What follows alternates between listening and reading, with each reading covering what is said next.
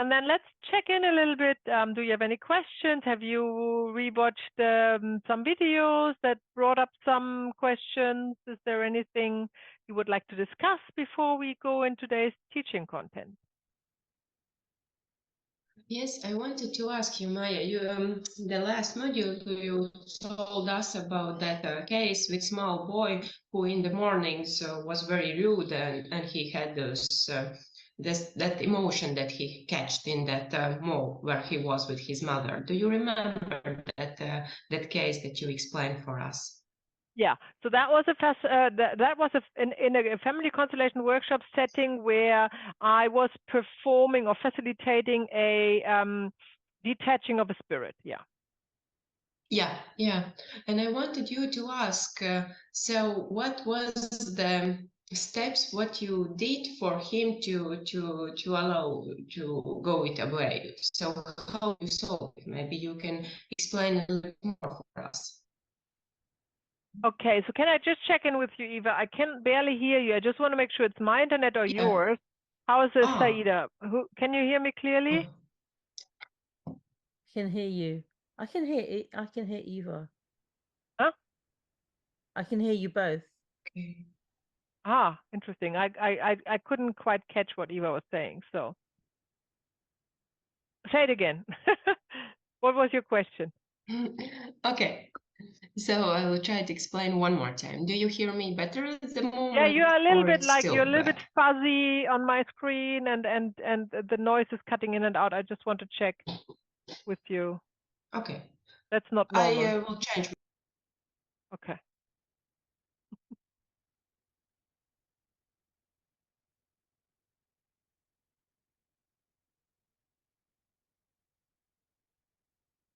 Let's see if that's any better. My internet has been fixed, by the way. Finally. So I'm not expecting any cutouts today. Like, oh, fingers crossed.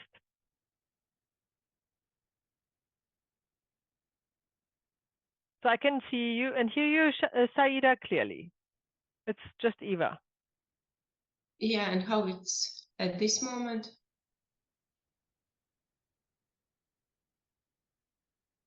Still no good?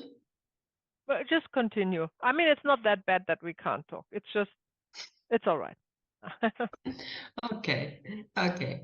So I wanted you to ask, what was the steps? How did you manage to resolve that case? Because when we talked about those emotions that we can stack, yes, we have a plan, but how we can solve that kind of case? Could you explain us a little bbit more? Okay, so that is exactly the steps that is in module 4, the regression. In module 4, remember in module 4 we have the releasing of a spirit, step-by-step instruction, and I did exactly that. It was just not internalized. It was with the representatives. So I used representatives instead of going internalized. What I would do with a client in a one-on-one session. So there were physically a representative for the boy, for the attached spirit, and for the color that they missed. And then you go the same steps that I explained in module 4. You actually don't work with the boy, with the client, and they actually not need to do anything in this setting with representatives, because you would talk to the spirit as a facilitator, and you would make them aware, as I said, this picture, that they missed the bus, they missed the train, to make them aware with compassion towards them that they are not in the right place and that they cannot stay there. And once they have understood that, which can take some time, then you have to offer them to show them their home, which is the third person, which is the color, yeah, where they need to go. And then you support this going there with detailed instructions. Just look there, go there, take one step at a time, just guide them. And then when they are finally, with the third representative who's representing the color, the astral world, which they have missed because they got stuck in the in-between world. So now they missed the astral world. So once they are there, then you make the client, which was a little boy in this case, aware of them, watching them, to go out of the room. Or if it would be internalized, you would watch them internally, how they vanish. That is an important step. It is not concluded, and it won't, and the spirit won't be gone if the client would not be watching them physically, like physically, visualizing them to leave. Yeah, that's very important. That's the last step, and then that's all done. It's quite straightforward. You just have to practice it. It's a very straightforward process. Yeah. Mm-hmm. Okay, thank you. Thank you. Very good. Any other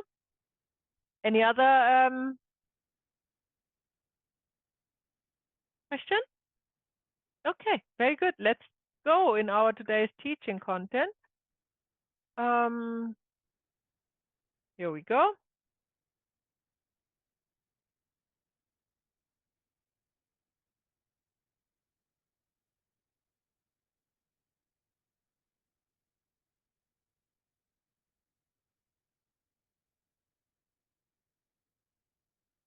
It really takes some time with this. Here comes Hebo. Okay, so welcome to training module 5, which is titled Essential Healing. What are we looking at in this module? We are looking today, which is part 1, into designing a one-on-one session and the use of figurines in particular. And in part 2, which is tomorrow, we are looking at internal constellations. We are looking at organization constellations and other tools that you can use for one-on-one session. Yeah?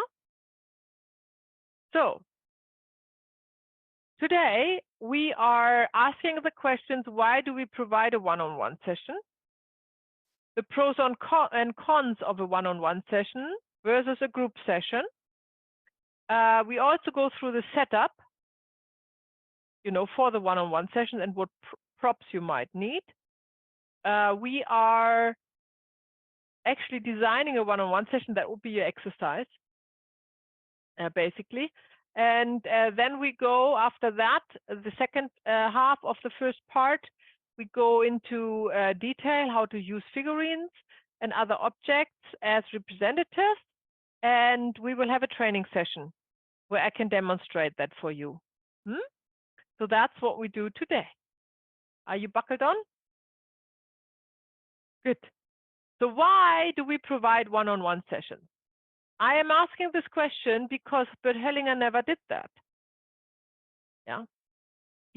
Not as far as I know. I know he was seeing very, very occasionally private clients, but what he did with them, I don't know, but I know for sure he never worked with figurines. And we haven't been shown figurines in our training neither. So I actually learned that from another trainer. Yeah, how to use a figurine. However, I was intrigued how that works, and I think also, not only me, a lot of other facilitators, that is the best way to work one-on-one with clients in family constellation, because because they need to not to visualize everything internally. Yeah, and not everyone is good at it. It is not everybody is capable of seeing what you see in front of their inner eyes. So they really need this visual help. Yeah. Okay. From this point, I came to believe that the one-on-one sessions are the best way to start using family constellation to support friends, family, and clients if you already have clients and work with clients in other healing modalities. Because it's so easy to grab a figurine board if they have a problem and say, okay, show me how that looks like with these figurines. They don't even know that you look at it from a different angle, that you look at it from the eyes of Bert Hellinger's Orders of Love. You just tell them, like, just place them there, right? and then they are already in the middle of a family constellation without even knowing it. And so you can really lightheartedly test your skills, because you are not promising you provide a full-fledged family constellation to your client. So that's one thing why I love this modality, especially when you start. Secondly, of course, so that's what I mean. Secondly, of course, hang on, I talked about that. It is a great introduction into family constellation, because the client, not knowing what they are doing there, they will be blown away by the immediately information and even emotions they get just from looking at the figurines that are placed there. And then you can start to, and then they will be puzzled and they'd startle, and they would startle not, but definitely puzzled and surprised, and how is that possible, and then you can start to explain about family constellations. Much better than having a big talk about family constellation, and then they are confused and so many information, and then you pull out the board and then they try to put the figurines in the light that you have just talked about. So the other way is so much more natural, and so it's so much more flowy. So I would do that in case that's how you want to start, right? If you have your own practice already, or if you have friends and families who are open to just play with things. Why we as a facilitator want to provide one-on-one sessions is because if you start to talk with people, there are actually a lot that don't want to come to a group session. They don't know a group. They may have never been to a group session. They have a picture of a workshop, of a group session. They feel like they would be intimidated by it, or their boundaries would be crossed, or something. They have these perceptions in their mind, because they think, oh, I don't want to cry in front of others, or all these insecurities come out there. And why not? I mean, instead of them not allowing them to access this amazing healing modality of family constellation, why are we not providing it in a format that they can actually digest? Yeah, that they are actually able to work with. So I come to believe that we definitely need to provide one-on-one sessions. Otherwise, a lot of people missing out on your service. So what are the pros and cons of working one-on-one? So the pros are, first of all, you focus on the individual. Remember when we went through the group in module 3, through the group dynamics, there's a lot there's a lot more for you to be aware of and stay on top in a group than with one individual, obviously, right? So that makes it much easier. Get rid of all the other problems that might occur and just focus on the individual in front of you. And also, you have them only there for half an hour something, not a half day, not a whole day, like you would have a group. There is a slight chance, although that is questionable, but there's a slight chance that you can work on more than one issue, right? Because you have your individual. If you still have time left, you just go ahead, if it's appropriate, not always, but if it's appropriate, you go ahead and go further than you would in a workshop setting. Some people, even if they would want to come to a workshop, they probably wouldn't want to facilitate there, but in a one-on-one session, they are happy to open up and talk about their issue with you, feel more safe and know that everything is confidential. Especially probably if you're in a small town and you have locals coming and they know each other, these are kind of situations that might be distracting. And so that is definitely a pro for one-on-one session. You are flexible and your clients are flexible with individual appointments. You are providing a group session that's at a set date, at a set time. Obviously, nothing can be changed. And a lot of people might not make it on this day. Yeah. So this is a great way to provide your service also to those people who are busy and who need, have a certain time, only a certain time. Mothers, for example, no, they are not very flexible with small children. They, they might have a small window when their partner comes home or their mother is there once a week or whatnot, when they can sneak out, but not for a whole day often. The pro is, as said before, it's easy to integrate in existing coaching sessions. So coaching session is always one-on-one anyhow, so you can, bring in family constellation with ease there.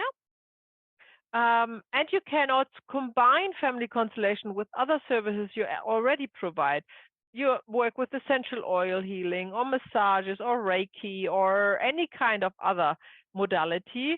And if you think it fits, then you can just integrate family constellation into this healing modality. And of course, client confidentiality, we talked about that, is a pro for quite a number of people. Not just to say, not give you a wrong impression. That doesn't mean that in a workshop setting it's not confidential. Of course it is. You would say to everyone who's in the workshop, what happens here stays in here, right? Nobody is allowed to talk about anything to others in a workshop setting with mentioning names or specific circumstances that are very typical, especially in a small town. That is something you say at the beginning of the workshop. However, you don't know if everybody abides with it, right? But in a one-on-one session, you know. So that gives the client a more certainty if they are very concerned about that, and this is definitely a pro. So what are the cons then? There is a danger, and that's very real, and it really happens very easily, that instead of you connecting with the morphogenetic field and facilitating a family constellation, you are talking with your client. Yeah, and it becomes like a therapy. That is a real danger. That is easily happening because there is nobody to stop you other than yourself, because the client wants to talk. I guarantee you that. The client wants to talk. And they often don't know what you need to know, and they talk and talk and talk and talk and talk. And if you are not aware that that's not part of a family constellation, and you focus on, stopping them and start with the family constellation, then you end up the whole time just talking. Yeah. So that's definitely a con, because that doesn't happen in a workshop setting. I mean, it shouldn't. I'm not saying it might happen with some facilitator, but it shouldn't. It is easy not to, because others want to be part of a family constellation. They want to represent. They want to, they want to see what's happening. They don't want to listen to you talking to somebody for half an hour who's on the hot chair, right? So you are under more pressure. You know what you're doing. It's kind of, it's not going to be like, and the client often don't want to talk that much anyhow. When they're sitting on the chair, they are nervous and they barely talk, actually. So that's definitely a con. The other con is that no other people are there to help to represent, of course. You know how we practice in module 3, how we get hints out of the gestures, where they are looking, what they are feeling. That's our bread and butter as a facilitator. We need to know all these things. Now you have no representatives. How do you know? Well, I'm teaching that today, but that is, of course, a skill that needs to be applied and practice, so you can gain more knowledge in it. That makes it more difficult, if you will, to facilitate a family constellation than when you had representatives. You are open to manipulations by the client, and that's not only talking, that's also him or her steering you in a certain direction. And that makes it difficult for you to connect with the morphogenetic field and really be open to what the family system wants. Remember, the family system is sending the client You are working for the family system, not for the client. That's a therapy and not family constellation. Systemic coaching, if you will. Systemic coaching means you always look at the system. You have the system, the family system in mind, in view, and not the client alone, right? In a one-on-one session, that can easily slide. And the client, I guarantee you that 90%, 95% of all clients, they are not aware of that. Yeah, that's not a malicious thing, the manipulation of the client. That's rarely. I mean, it happens as well, but that's not that often. It's more the subconscious way that the client wants to steer you into the issue that they came with. Yeah. But you need to stay connected with the morphogenetic field and find out the information you get from the morphogenetic field, why the family system sent the client at that time, at that day, at that time, at that space to you. That's what you need to find out. There's also a slight danger to overstep the time frame, which makes it difficult for you to get organized, which is normally not in a, or shouldn't be in a workshop setting, because you feel, if you will, the demand of the others to have a go, yeah? But if you have only one client, there is no other, yeah? And they also think they have all the time of the world. And so your time management needs to be a little bit more stricter, as if you would be in the workshop. I would say that's a con, a little bit on the con side. Of course, you have not the group support. It's not only that you don't have no representatives that can actually tell you the soul movements of the family members. No, you also have not the group support. So when you have the group, there is a dynamic of the group in a positive sense that is uplifting the energy. Yeah. And you are missing that out in a one-on-one session. You are the only one to hold this energy high. And remember, when we looked in module 4 at the David Hawkins chart, the energy where we heal is unconditional love and compassion. Yeah, that needs to be held without any support on your own throughout the session, right? So that's something to practice, and that's something to be aware of, that there is no group supporting you to stay in this state. Yeah. That's the same with holding the energy level high. So that's what came to my mind when I think about my practice of doing one-on-one sessions. Is there anything else that comes to your mind, maybe, that I haven't mentioned that would be interesting to know? The pros or cons of one-on-one sessions compared to group sessions. What do you think? No, for me, you have already mentioned pretty much everything. But for me, I think that the biggest challenge is, as you say, that you don't have representatives, and not everyone is sensitive to the energy field, and the client might not be able to pick up the messages for themselves and using the figurines. Yeah, that is definitely a biggie. But however, I give you today and tomorrow some tools, yeah, that you can work with. You don't need to be afraid of that. It is absolutely possible to do that, even with clients who are not, as you said, sensible to the energies and who have a lack of connection. Still possible. And I show you how. Any other remarks? Anything come to mind? I think sometimes client expectations might be higher if they haven't seen others being constellated, and they just kind of think, I don't know, there'll be a solution of some sort. Yes, that's a very good point, Saida. This is why you talk also in a one-on-one session, as you would do with your group at the beginning, about expectation. If it's a new client, if it's the first time, definitely worth you introduce family constellation, and you make clear that that this modality works best if they don't have expectation. Very good. That's a very good point. Yeah.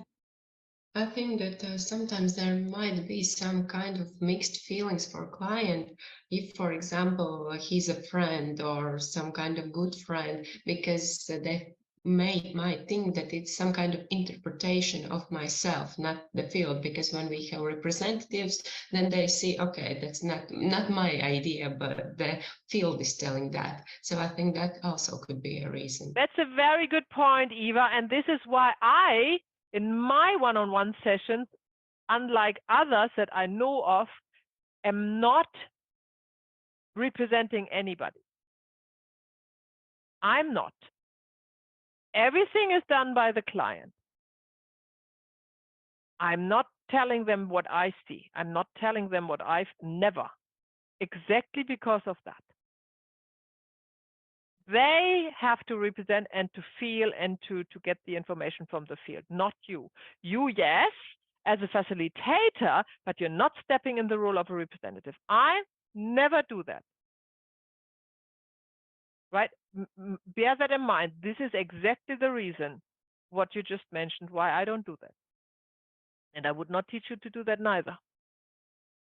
And it's no need that you represent, and it's also difficult to facilitate when you also represent at the same time. You always need to know who you are, what you're doing, and don't get mixed up with things. Yeah.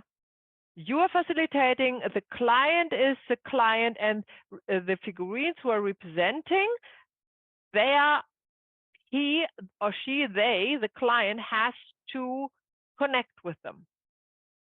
Yeah. You have some observations, of course. That's not that you are representing them. You have some observations because you know the orders of love and you know your figurine board. And it's very telling when they put up the figurines, then you know already dynamics and all this stuff, which you're not sharing. But if you want to know what a figurine feels like, they have to tell you. Yeah, very, very important. Okay. Okay, so what is the setup? So first of all, in a one-on-one session, I would let them sign something each and every time when they come, like a disclaimer. Yeah. They do that also in a workshop, of course. We talked about that, but don't forget to do that in a one-on-one session as well. Well, when they are paid, have to say, not when you're practicing with friends and family. If it's unpaid, then it's voluntarily. But if it's a paid service, and you might get into legal trouble in your country when you offer paid service, and then, you know, I don't know what can happen with a client that can. So you definitely want a disclaimer. The thing is, how do we set up a room with chairs and tables? Now, in a group setting, we have a circle with nothing in the middle, and then the client sits on the right side of you on an empty chair. That's easy, yeah? But in a one-on-one session, do you want the client sitting on your right side or not? What do you think?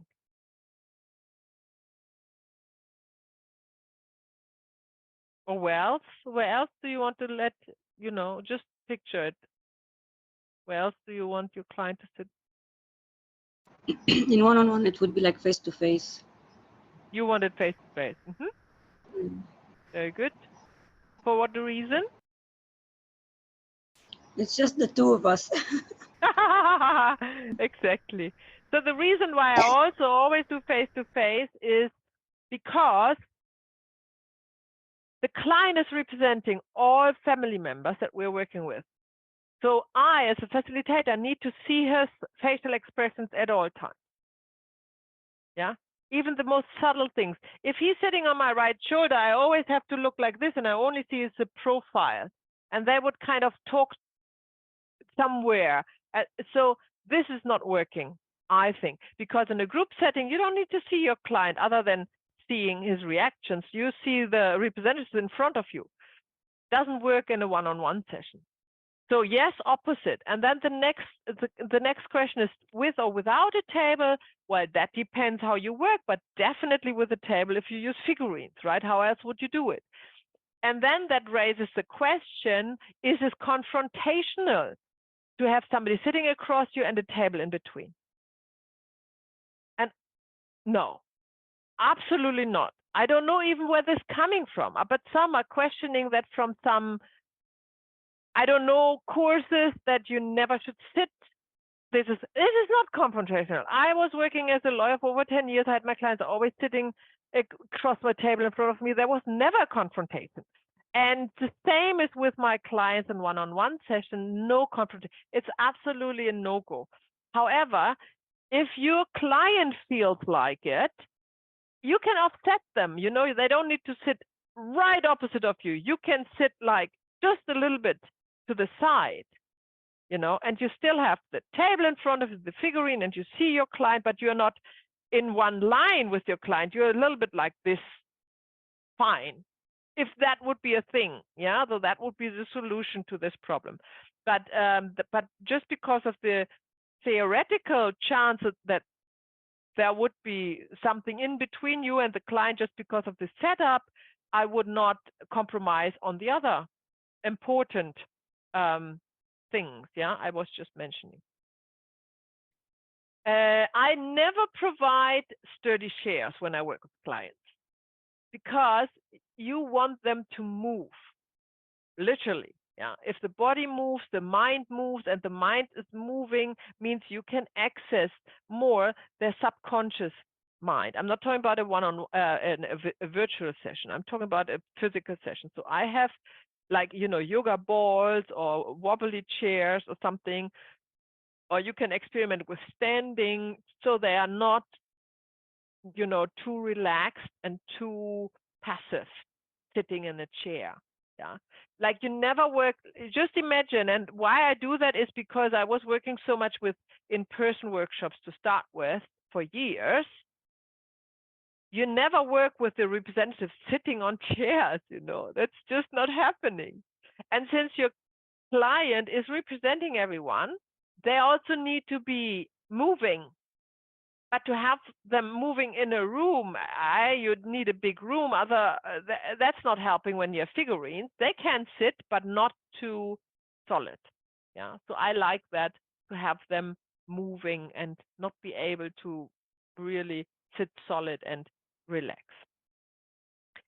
They need some space to move around, but not too much. I mean, you don't need a big room to see a client for a one-on-one session, but it should also not be like a 2x2 square meter where just 2 chairs and the table goes in. Because if you want to do a rebirthing, yeah, which can happen, you know, can easily happen, you need at least the space that you can get off the chairs and go with your client to the floor, have some blankets and cushions there. So that's a minimum space you really need, yeah.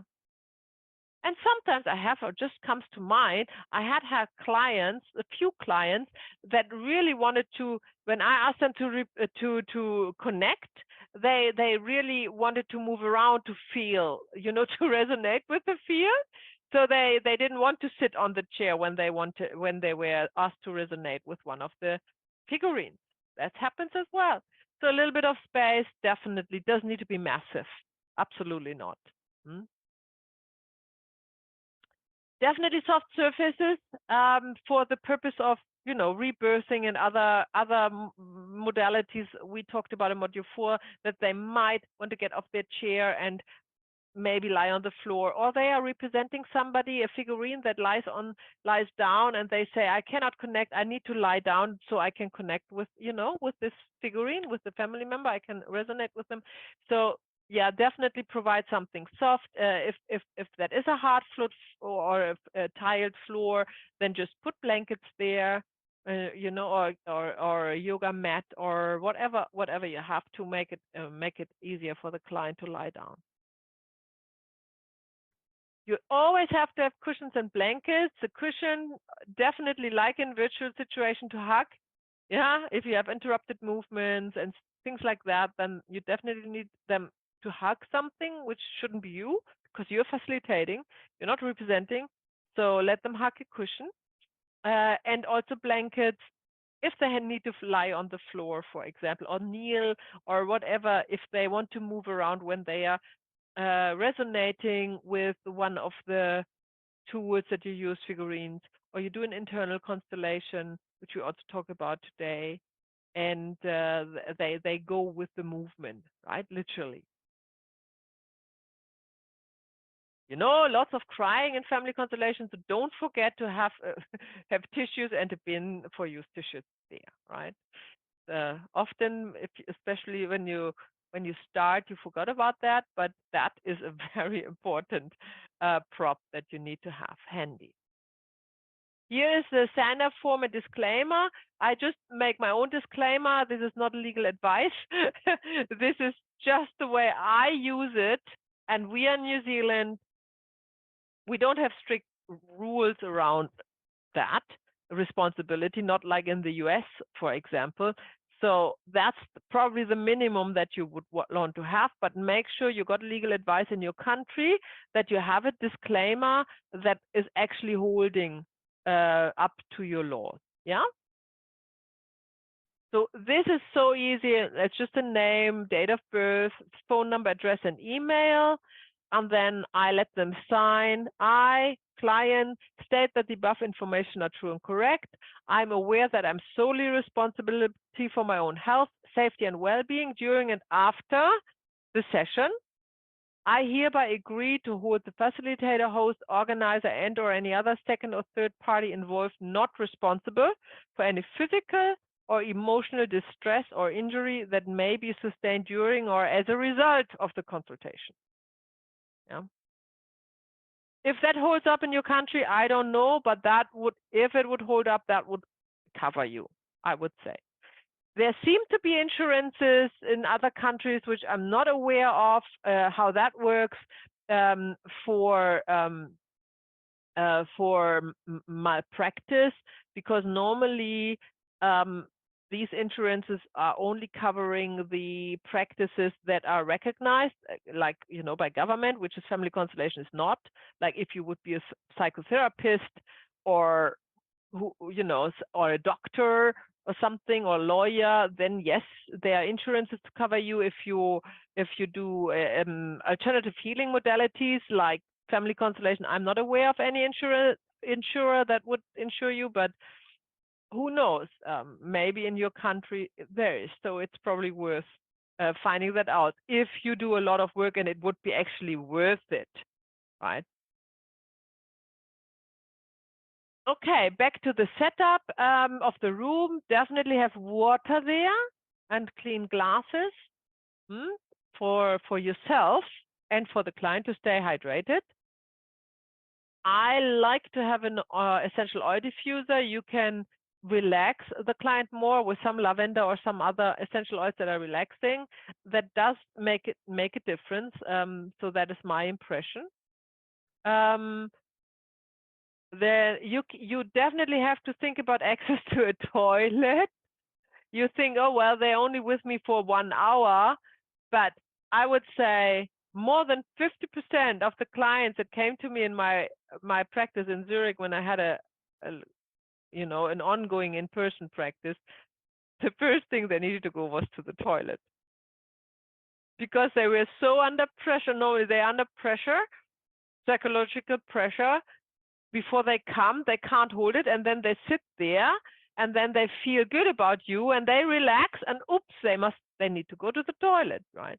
So if you do that in your private home and you have just a room and you don't want them to, you know, see the other private parts of your house, then that's not a good idea, because they need to go there if they want to visit the toilet, right? So then you need to think about it. What do you do? How do you deal with it? That's really not to be overlooked. Yeah. Check out in your country the health and safety rules and regulations, definitely, before you start providing paid service. Yeah, so you know what your obligations are in terms of setup. Does there need to be a fire alarm in the room? Does there need to be a sign for, you know, emergency access? All these little things, they might be compulsory in your country. right? If you provide this service. So just be aware of that.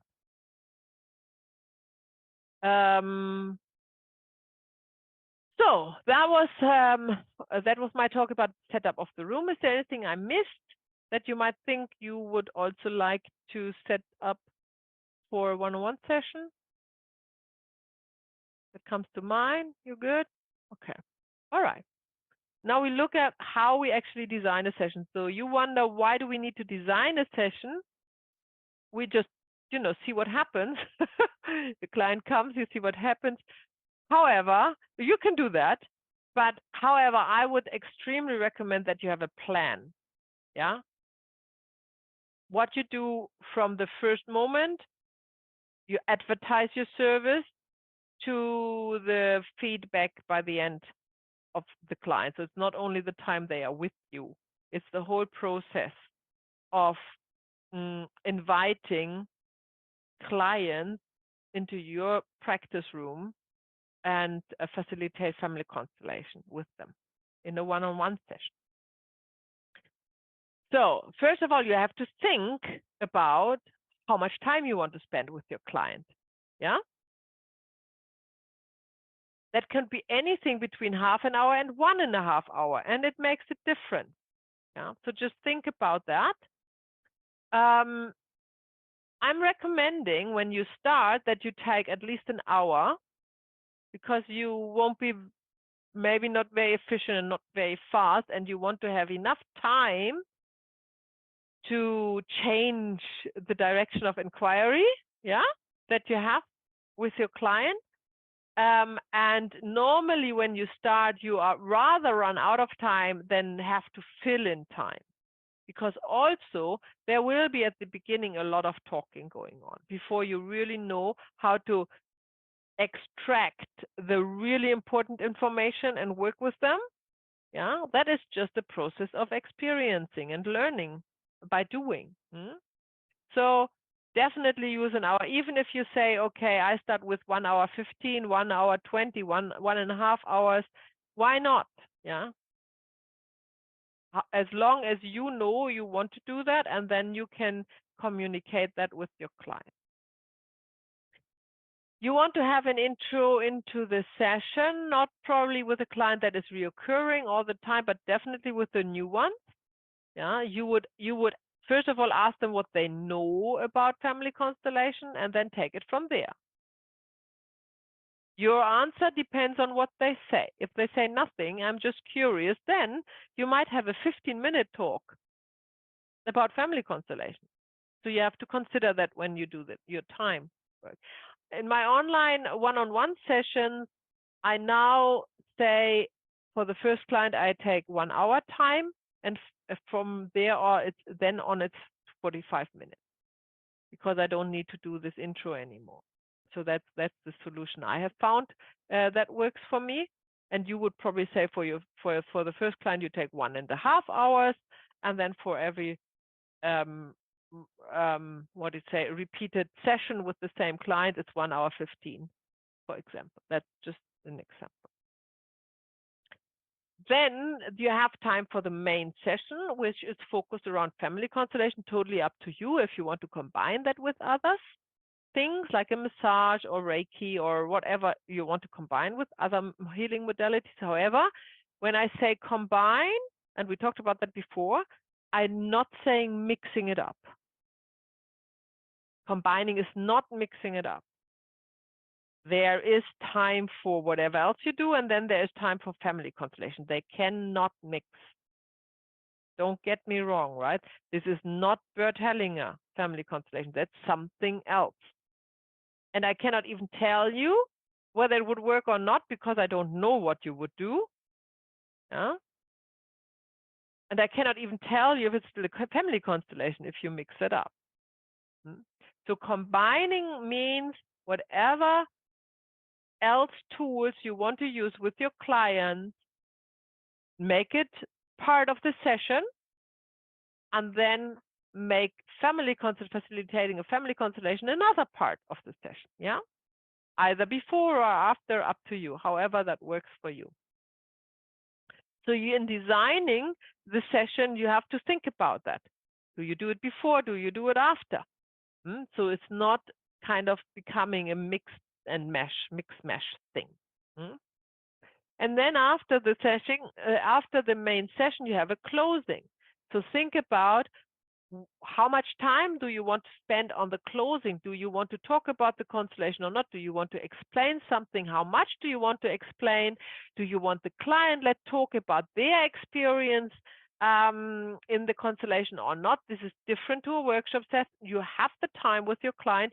You can be more open to all these things. You just need to know if you want to do it, why you want to do it. You have to have good reasons for everything you do. And then stick to the time frame that you have set. When you design a session, you want to think about where your strengths are.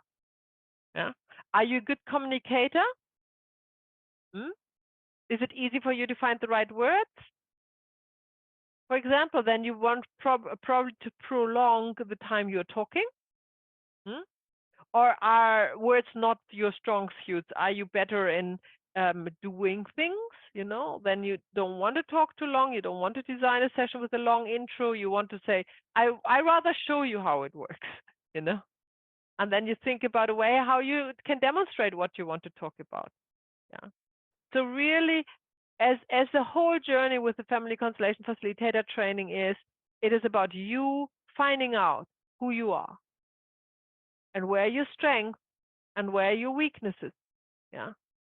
And when you design a session, don't focus on your weaknesses, meaning like, oh, I have to go through my weaknesses. Yes, you'd have to, but you wouldn't focus on your strengths first. Yeah. And then your weaknesses will be less and less and less anyhow with more practice. Yeah. So think about where are your strengths. What are you good at? What do you like to do? How would you like to? It's about you, the session, the design of the session. Once the session has started, it's about the client. But while you design a session, it's about you. Yeah. And also remember, the client is coming to you because the morphic field has chosen you as their facilitator, not somebody else. There is a reason for that. Yeah. So the strengths you have, they are already what the client needs. And the weaknesses you have is also what the client needs. Right? So be aware of that. And don't try to imitate anybody else in your way how you facilitate. You will find in no time your own swing on it.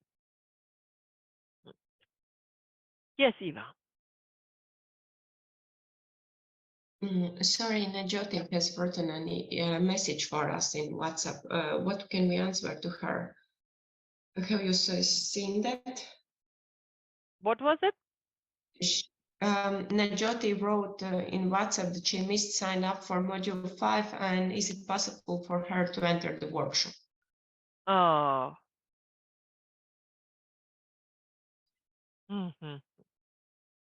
Yeah, she wrote. Okay, if you want to tell her that I sent her the link in the break.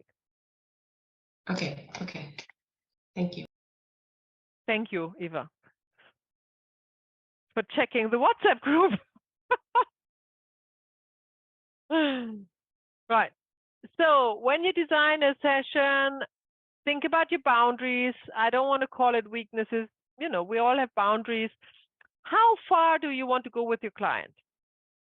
So one important boundary is that I urge you to do is your personal life has nothing to do in a session.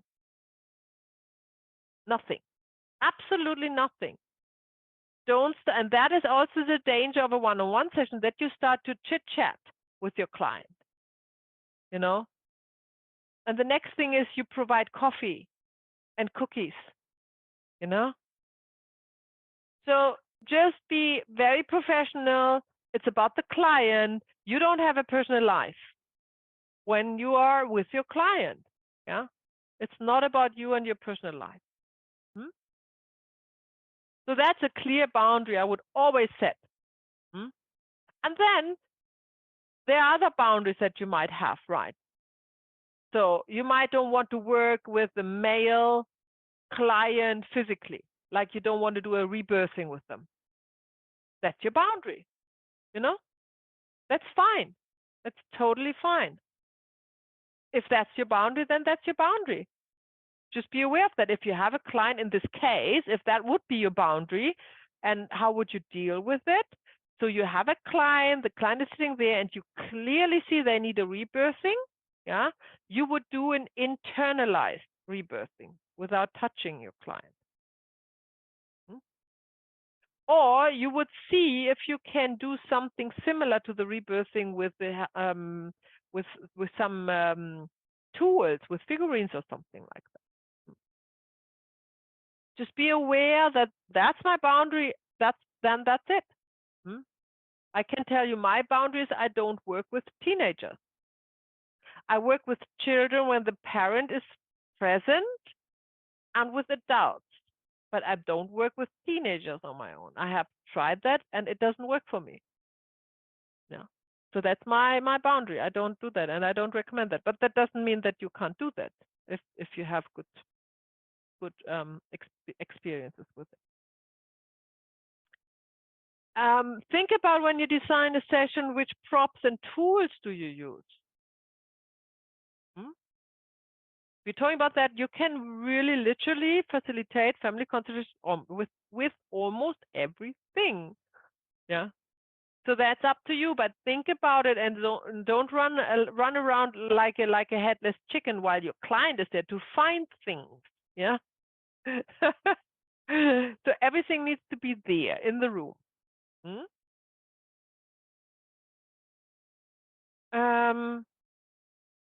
Make the client comfortable, yeah, but not too comfortable. So the client needs to be comfortable enough to open up. That would be your body language. That would be the setup of the room. It is nice not to be in a bare room with some neon lights and white walls and a stone tiled floor and bare windows with loud traffic. You know what I mean. You get the picture. Of course not. Yeah. But don't make them too cozy neither, because then they would feel, they would relax too much without being in alpha state. They are not in alpha state. They are just flopping into the chair and thinking, oh, well, that's nice. But then you can't do a family constellation with them. And in the end, it won't pay off.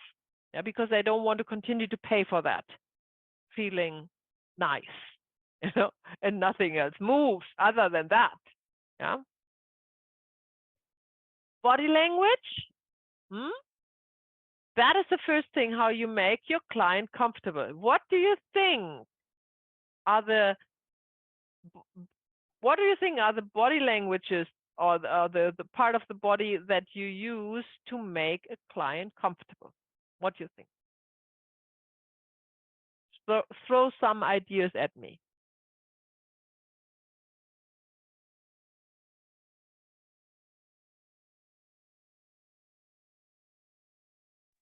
And so, as you mentioned, for example, What?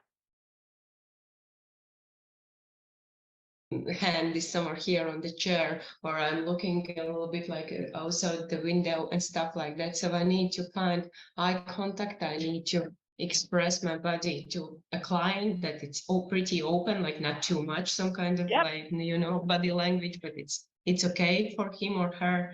And these are the small things that plays a huge role. Very good. So the upper body is what your client sees is open. So you're not doing this. You're not shrugging your shoulders. Yeah. Are you leaning back? Are you leaning forward? What would you do with the upper body? What would you prefer? You just stay in your place. So you move Either your nor, chair exactly. and just stay in place. Yeah. Neutral. Stay upright. Don't lean forward. Don't lean back. Yes. Yeah. What about eye contact? Yes or no? Yes, definitely. Yes, eye contact. But when you talk to them, when you start facilitating, no need. You will be focused on others. Yeah, you have your client in view, but you don't want too much. You want your client to look, let's say, at the figurine board, and you look at the figurine board. You don't want the client to look at you or you at them into the eyes while they work, right? Yeah. Of course, also crossing legs is not a good sign for making the client comfortable. What else do we have? Putting the elbows on the table is also not a good idea. Yeah, it's sharp. It's like, it's kind of like a barrier, a sharp kind of weaponly like barrier towards the client.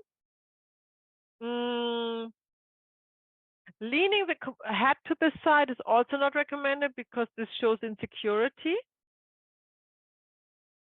So it's also good when you are not sure about your body language that you put a mirror on the other end of the room for the first 10 or 20 sessions, and you can observe how you look like while the client is there, or a camera or whatnot, something that you can check how you look like with the client. Neutral colors I would recommend. I wouldn't go there and have a red dress on with your client. Obviously, I wouldn't do anything extraordinary, but I also urge you not to dress up specifically for this event. Be yourself. Yeah, be yourself. So what your preferred clothes are, as long as they are not too out there, use them. Yeah, you want to be comfortable. You want to be in your. You want to be you. You don't want to be anybody else. An example comes to mind where a friend of mine was with a facilitator training ages ago, with a wonderful woman who has said to them they should always wear loose, neutral linen clothes when they work.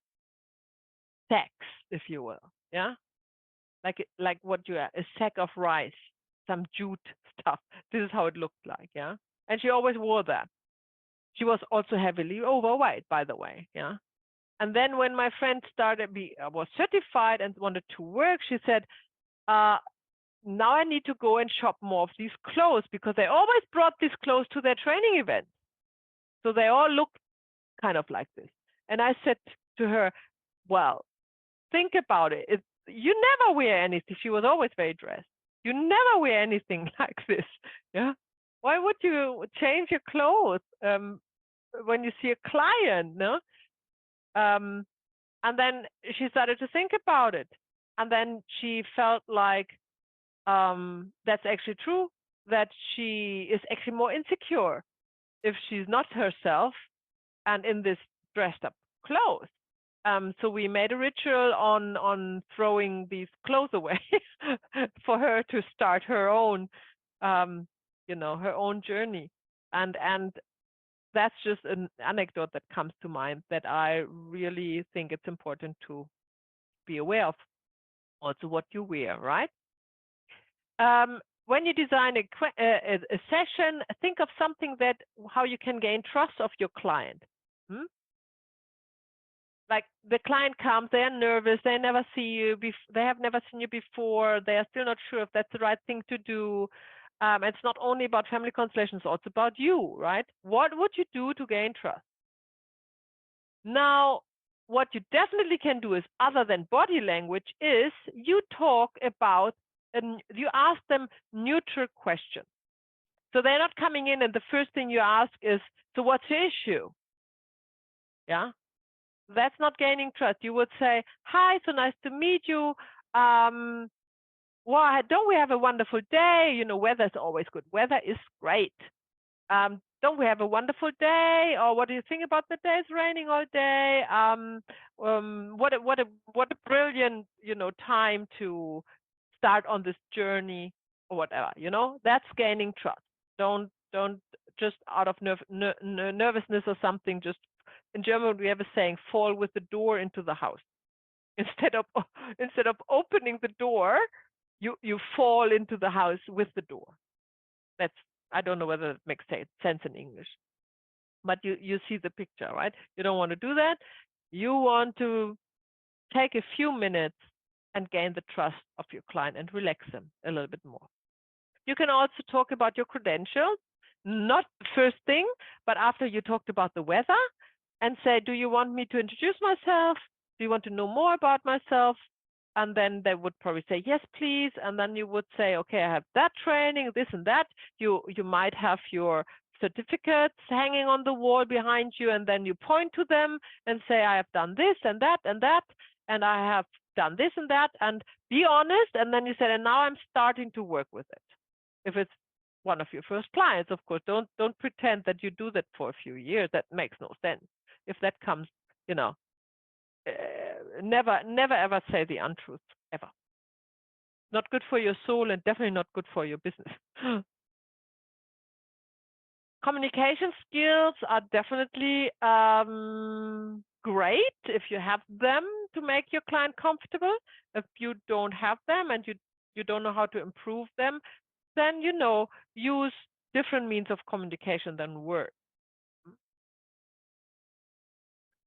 We talked about tools. The essential oil diffuser is great to relax the client. You can put up a candle, but not too many. This is kind of not a romantic relationship with your client. So one candle on a kind of an altar, it's great. 2 candles, too much, clearly. A salt lamp is great, but don't go this route with crystals here and angels there and all of this. Don't go. That is not family constellation, right? Be aware, you don't need that. That is just something to make your client comfortable, and not all of it. Yeah, just one thing that you like and that you think it's also expressing yourself and what you like and how you want to handle one-on-one sessions. Yeah, and don't make your client too comfortable. This comes in, so not too much, not to dim the light. It still needs to be bright light. They still need to sit on something that makes them work in one way or the other. Or if you just have a plain chair there, that's fine. Make sure the chair is not comfortable. Never sit your client on comfortable chairs. Yeah, you can have a comfortable chair, not your client. You can sit them on a stool. If you don't have nothing wobbly, sit them on the stool. They have to, you know, keep their spine upright. That's already helping. Yeah, if they can't lean back. Yeah, so that's another thing that I would highly recommend. Okay, here comes an exercise. Now we'll get Navjyoti back. I would like you to design a one-on-one session. Let me just, no, you can think about that, and then I get Navjyoti. You work in groups of 2. Yeah, and you want to create a brochure like we did, you know, remember, for the friends and family circle. Now you want to create a brochure for your service, a one-on-one session service, a coaching service. Yeah, you want to think about everything we talked about, what the service you offer, the donation, the setup, the props, the price, the intro, if you combine it with something else, all of that. Yeah, and whoever is with Navjyoti, you know, you can briefly, you know, you can talk about what we talked about and help her a little bit along the way. Yeah. Okay. So we have 15 minutes, maybe 20. Let's see. And then we have a break. We come back, we talk about that, and then we have a break. Okay. So let me just send her an email.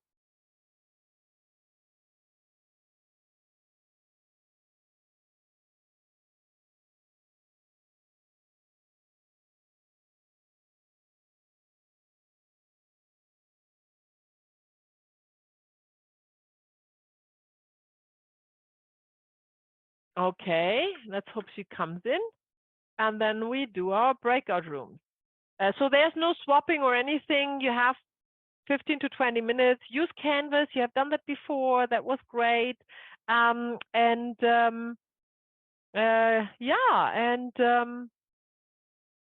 then let's see how I can divert. I think I have to wait for Navjyoti before I assign the room. Maybe not. because 2 of you can already start.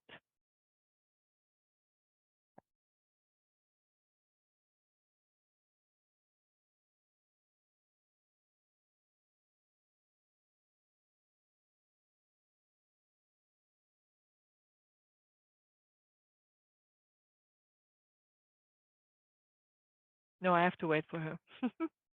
So let's talk about whatever comes to your mind. What we have talked about, just the first hour of our being together here. Is there anything that comes to mind, or you want to share? Maybe you've worked with clients. You want to share something of your experience? Saida, you go. I have a question. You said about like well, maybe I got it wrong. Something about multiple sessions. I wonder how you do that. Like, if you know that you're going to work with your client for more than one, what do you tell them? Like, how many? Where do you stop? That's a very good question, and I had just a couple of recent insights about that. So first of all, as always in family constellation, we are not planning the next one. So we say in general. So we have a session with the client. We work with the client. Just let me check if my email went through, because she's not coming through.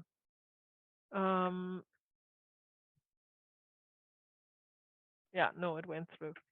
So we have the session, and then at the end, your client might ask, when do you want to see me again, or I would like to come again, yeah?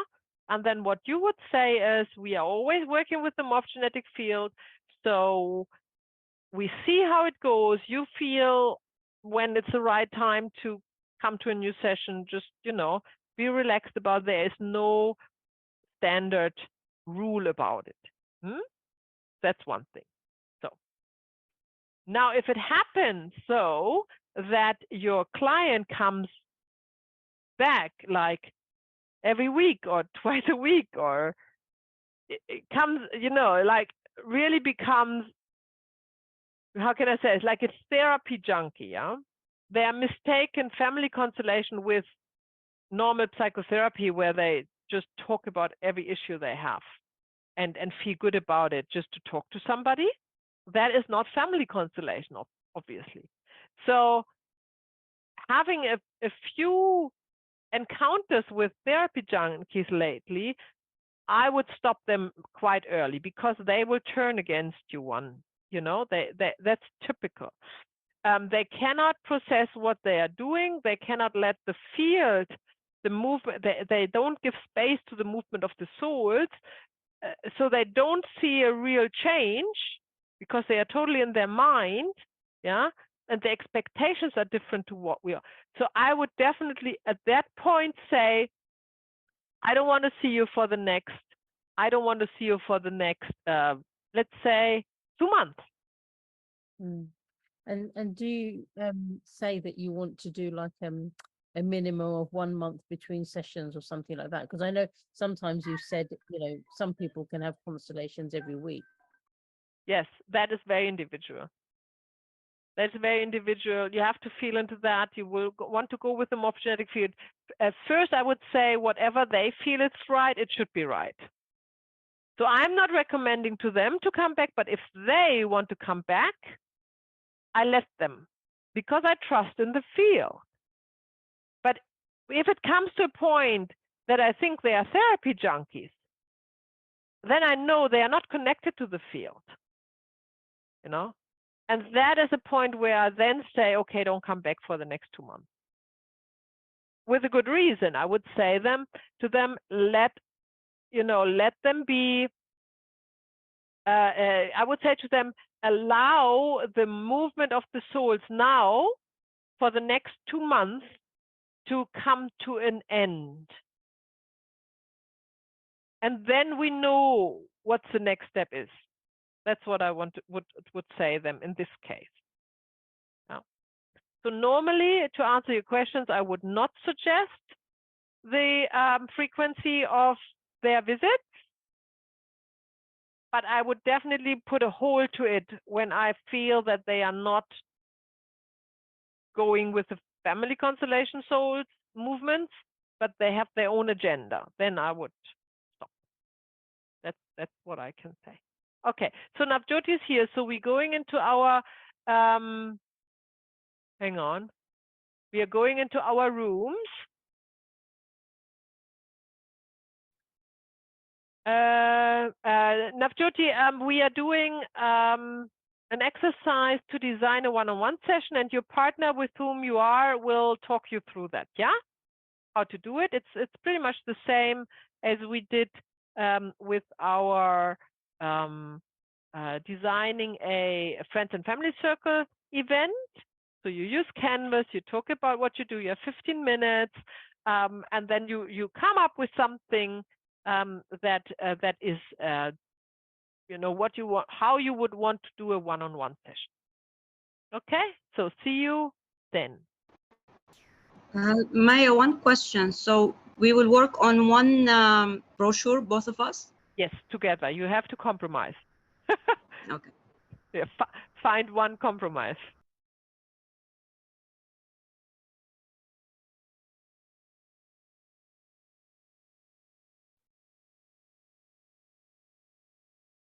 Here we go. And while we wait for the other group, do you want to start sharing? Yeah? So please unmute and show me what you have come up.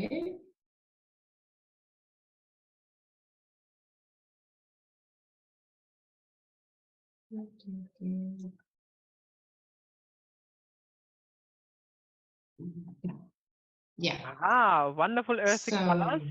Lovely. Oh, sorry. I will manage it like that. Okay. So the team work for myself and Heba, so both of us. So we put the main information, but the idea was that we let people to know that it's a chance to transform your life and break annoying repeating patterns, that it already makes some sense for people to, something repeating, okay, so it may be something for myself. And then, yes, that there's no information about healing, but more about gaining insight, underlining dynamics, and investment to better yourself. That's the main, how we called the plan that you need to plan for 1 hour, and the money, the financial part also. Yes, and then the main information where to find and website, because we are thinking that website is always a good idea, like for you, that we can find questions and answers, stuff like that. It's always good to find and make a website. Yeah. And then the main idea, teach me how to love so I can heal. That's always a good idea.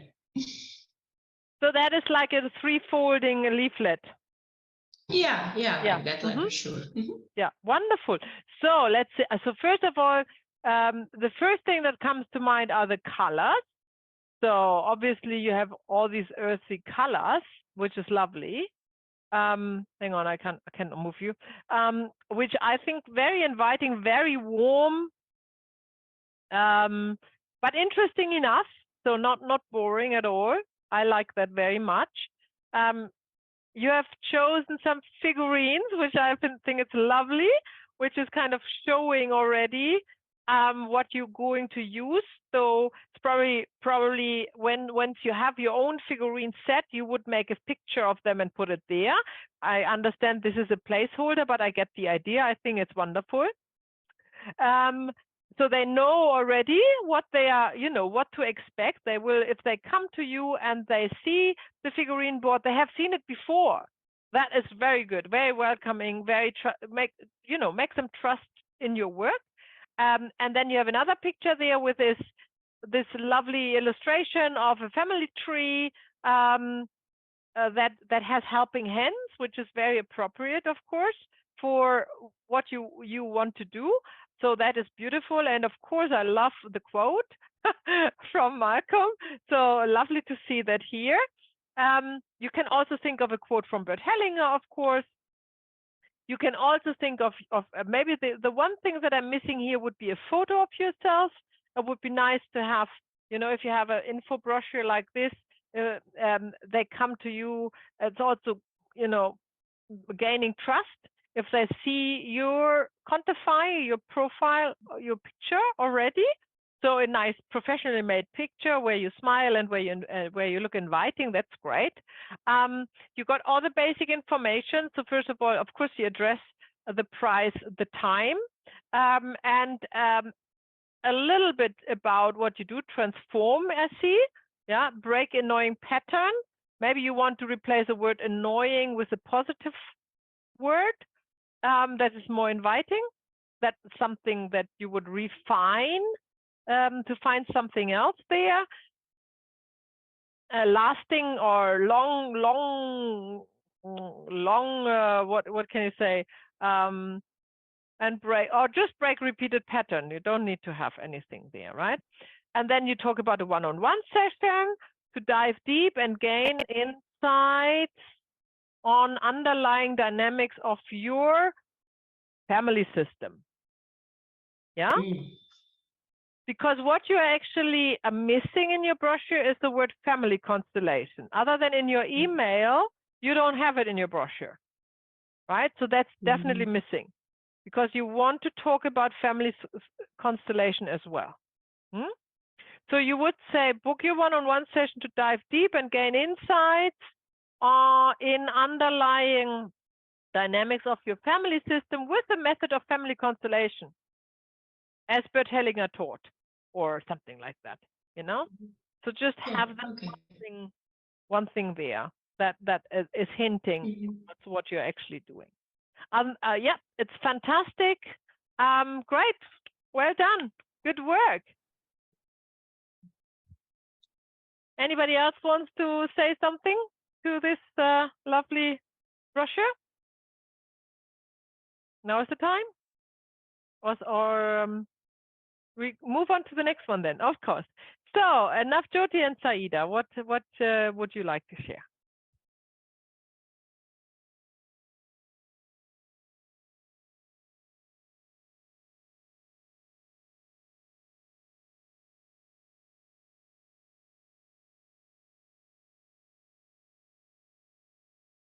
Can you unmute? Who's talking? Saida? Jyoti? It's me. Yeah. Yeah. Can you see my screen? Yes, we can hear. Yeah, we can see your screen. Very good. Yeah. Well, yeah, it's pretty basic. what Eva and Heba did was quite stunning. But yeah, that's all I have for Saida. Maybe you would have done more. Yeah. Okay, so considering that you haven't been on the first half of the mod of our teaching, then of course you have missed out on all the information, and Saida could just do so much to keep you in the picture, I suppose.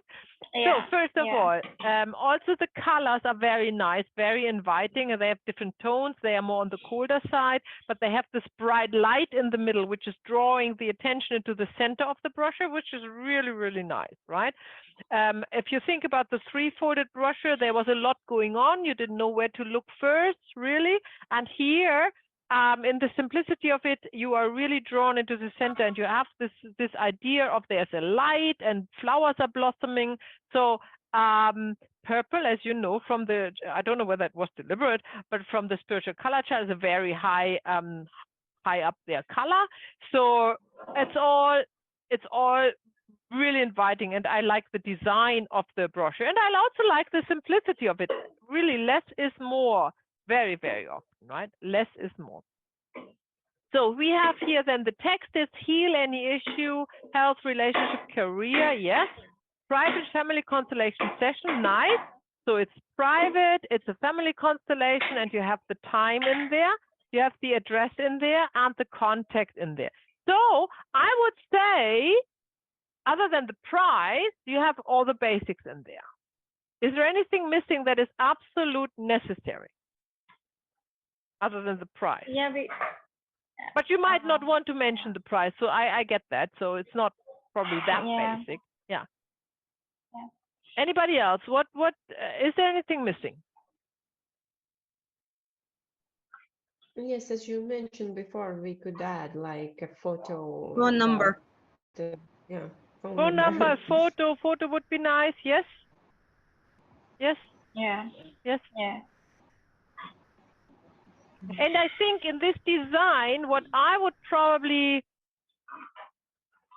I think what would add a great sense of personality or personal approach would be that there's something like come and heal any issue, or book now to heal, something that is actually Okay. addressing the person who's Mhm. reading it, yeah, to draw them Right. in a more in a personal way, yeah. Yeah. So something Yeah. it's also a call of action, something, what are we doing here, right? Yeah. Okay. Okay. Okay. Very, very good. So very good. So we have two very different approaches to this brochure, but you know, both are lovely and would do the work. Definitely would do what you would want them to do. And once you have the time and refine it, you are good to go. Wonderful. We have a break now. Is there anything you want to talk about before the break? Saida, why is your mic not working? You don't hear me? Hello? Here you go. Yeah. No. Sorry. What's your advice on pricing? Because Jyoti and I spoke about it, and we didn't know where to go. Yeah, that's always a very, very difficult question. What is the right pricing? First of all, if you start with a new business, you keep your price low, obviously, right? That's one thing, but not too low, so it doesn't look like you have nothing to offer. That's one thing. The next thing is, the best thing is to do that you look around in your area. What do others charge in the same situation? Newcomers with a new healing modality, with something that is not so known. So don't put the hurdle too high, yeah, for people to come to you. Yeah, so that you need to find the way, really. Of course, you have time, because you will not offer paid service right away. You will practice with friends and family, and you will see how that all goes, and then you get a feeling for it. The amount you charge when you begin is not equal to the time you spend. You always invest in a new business lots for the first years, right? So you cannot say, okay, my hour is generally worth 100 euros, so I have to charge them 150 euros because I need half an hour to set up the room before, or something like that. That doesn't work. So there is really no easy way to say that. I think it's definitely important, because it's in person, that you are also referring to local, if you will, competitors, and see what they charge, and maybe be a little bit under, so you have a little bit of an advantage. But don't compare yourself to established, of course, consultant. That's of course the price rises just with your experience, and so at the beginning you want to attract lots of people, so you keep your price decent and kind of on the lower side, and then over time, when you have your clientele, you don't need to make so much advertisement anymore. It's just ticking along. Then you would generally gradually increase the price to come eventually, after a few years, to a rate that you think is worth your time. No? Does it help at all? Okay. Good. Talking about price, I think we did this somewhere, probably in the workshop setting. You can also offer in the first year like a special price. You could say normally 100 euros, book now for 70. That's up to It's just the way you're marketing your service, really. Special offer, new business, start of a new business, don't say business, it's not a good word. A new project, new whatever. And here's special offer or something like that. Yeah, that would work as well. Okay, cool. Any other questions? Shall we go on the break? You totally deserve that after the hard work. Okay, cool. I see you in 10.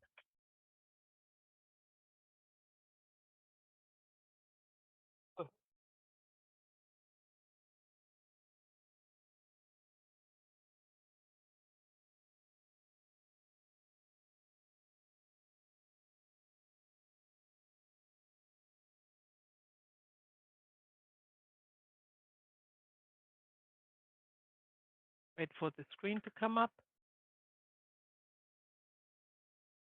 Not coming up, okay. Here we go. Okay. So let's spend the last hour we have together to look at how we actually work with figurines. Who has been doing a consultation with figurines so far? Hands up. I mean, not that you are doing it, that you had one,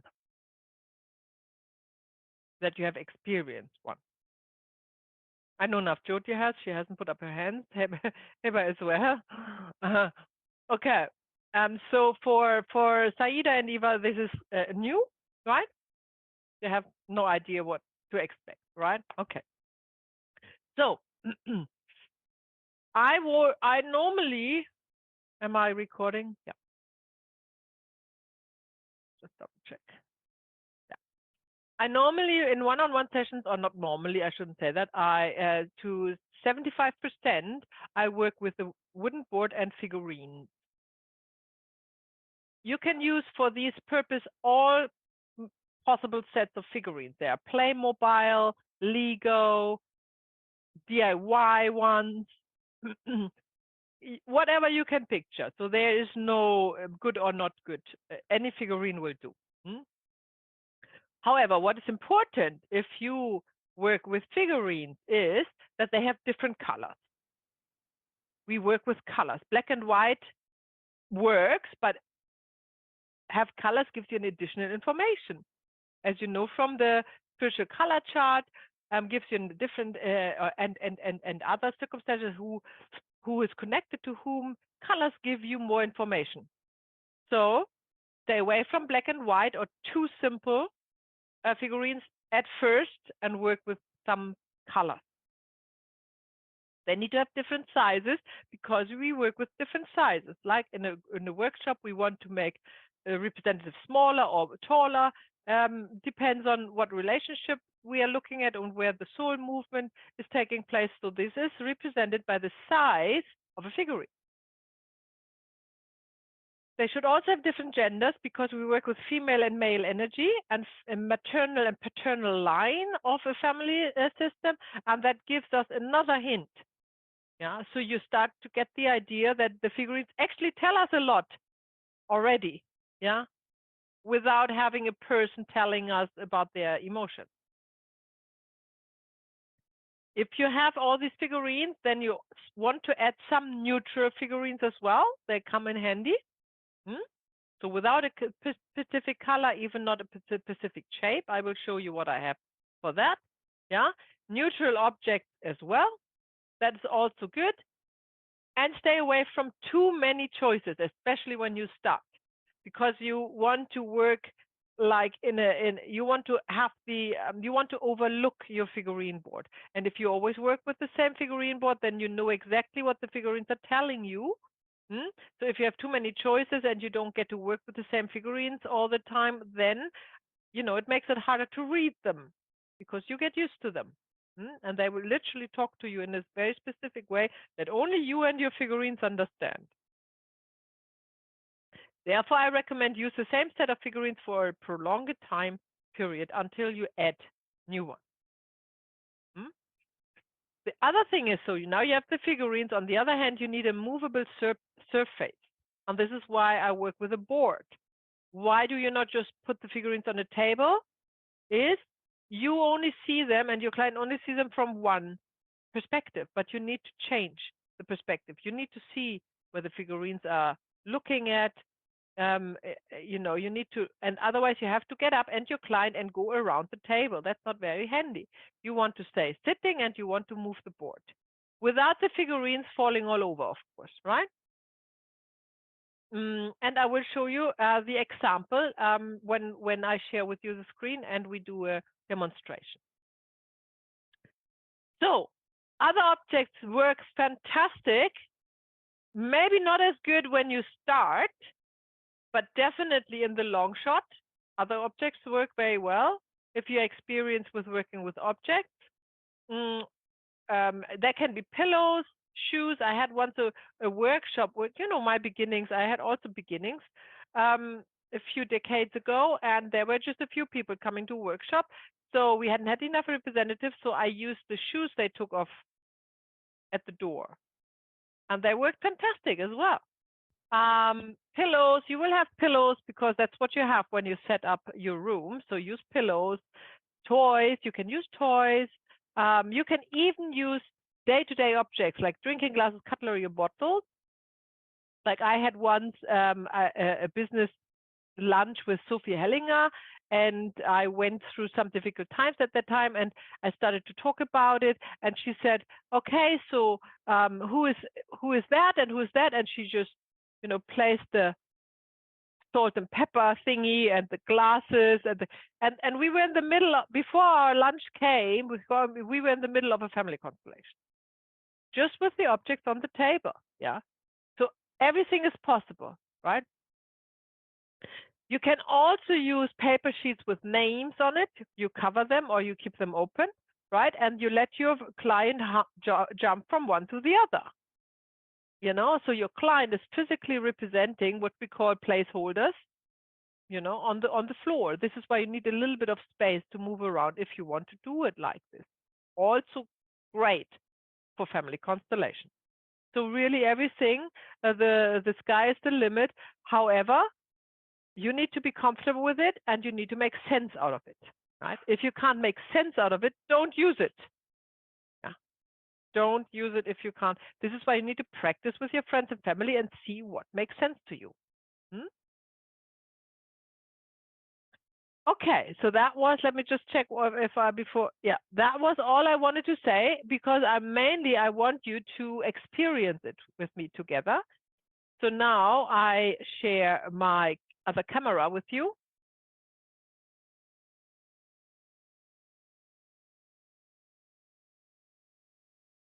That will come up in a minute, in a second, hopefully. There we go.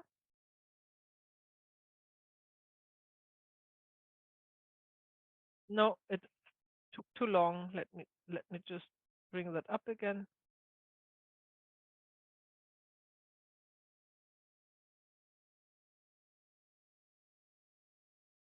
No. Do it again.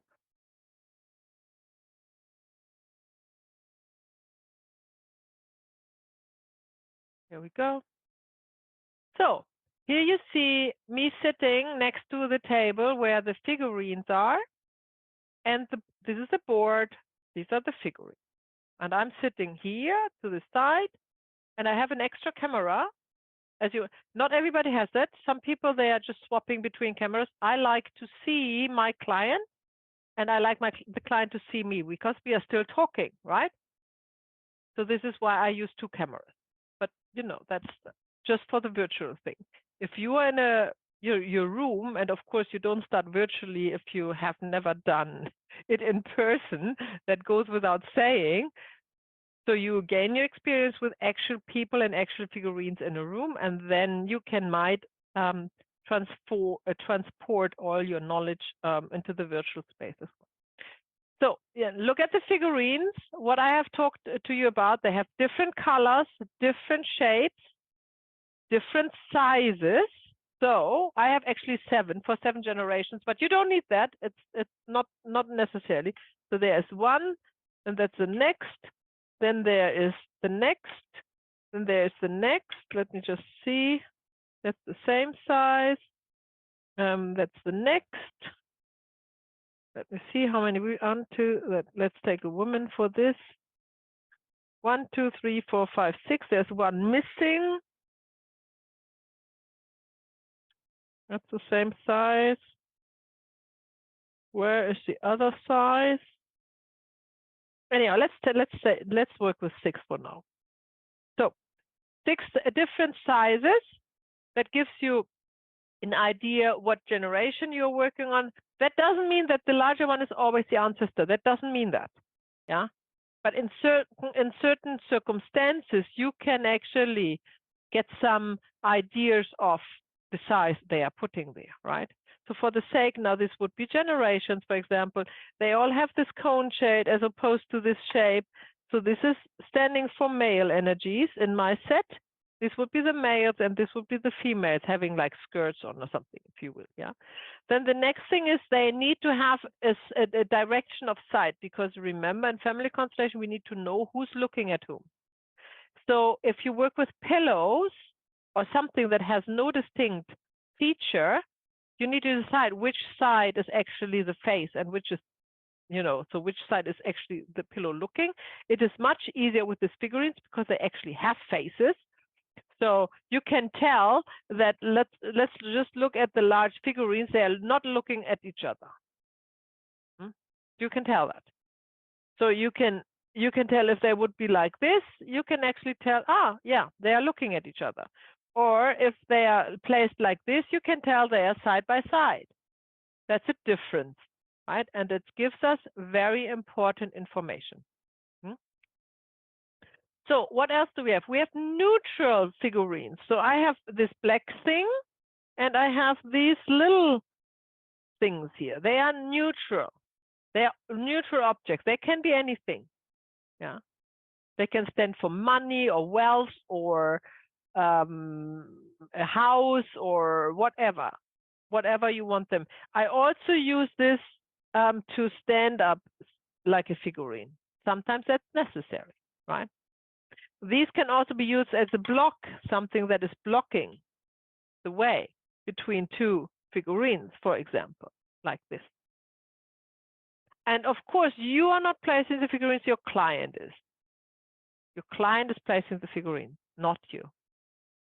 And once the client has placed the figurines, you just observe it. And therefore, you need this board, which I have here, that is moving. So I can observe it without moving, leaving my seat. Let's put that down here. I can observe it from all directions. So I can actually see who's looking where, right? That's important.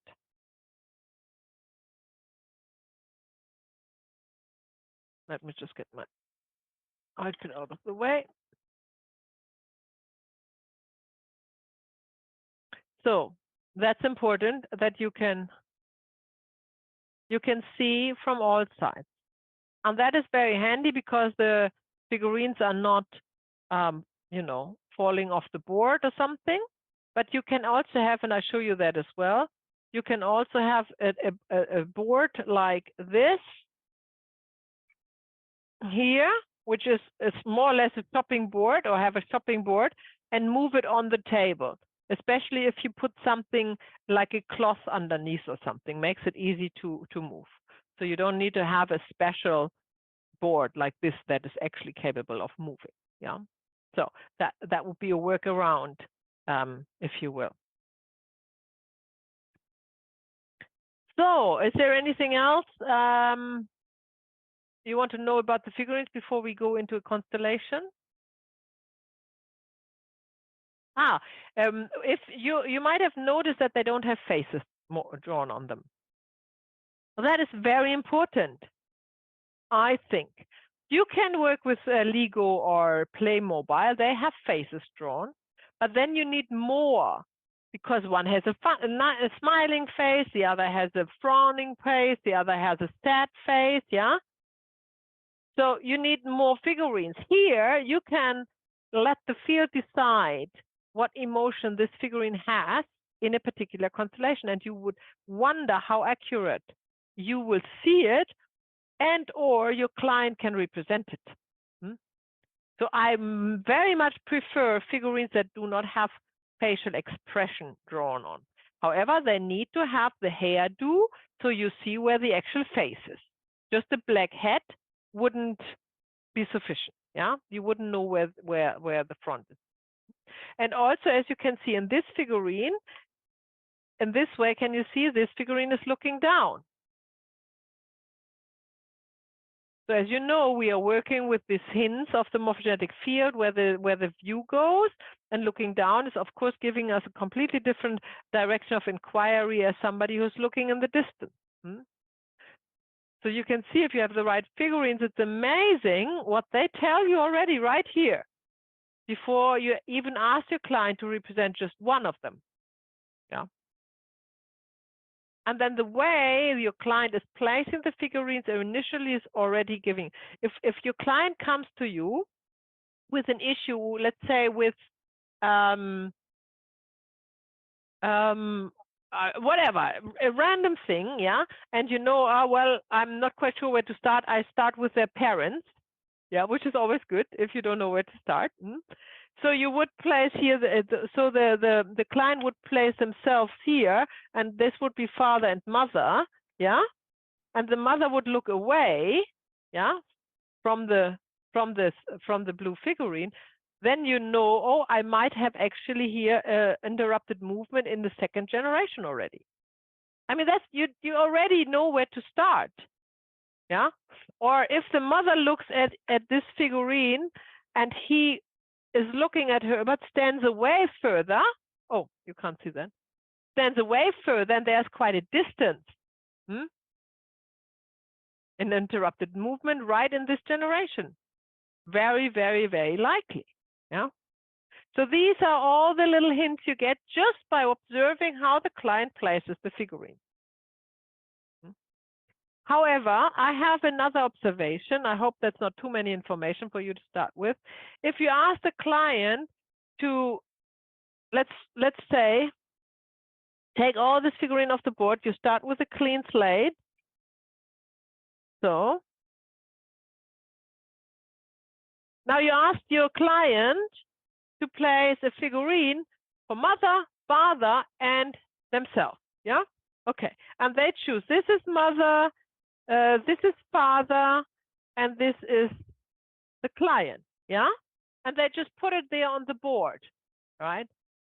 Then my approach to it is ask them to move them like you do in a family constellation, because you cannot really literally ask the figurines to move themselves, yeah, because they're quite immobile, if you will, to a certain extent. So you would ask the client, so where do you want the father? And he might say over here.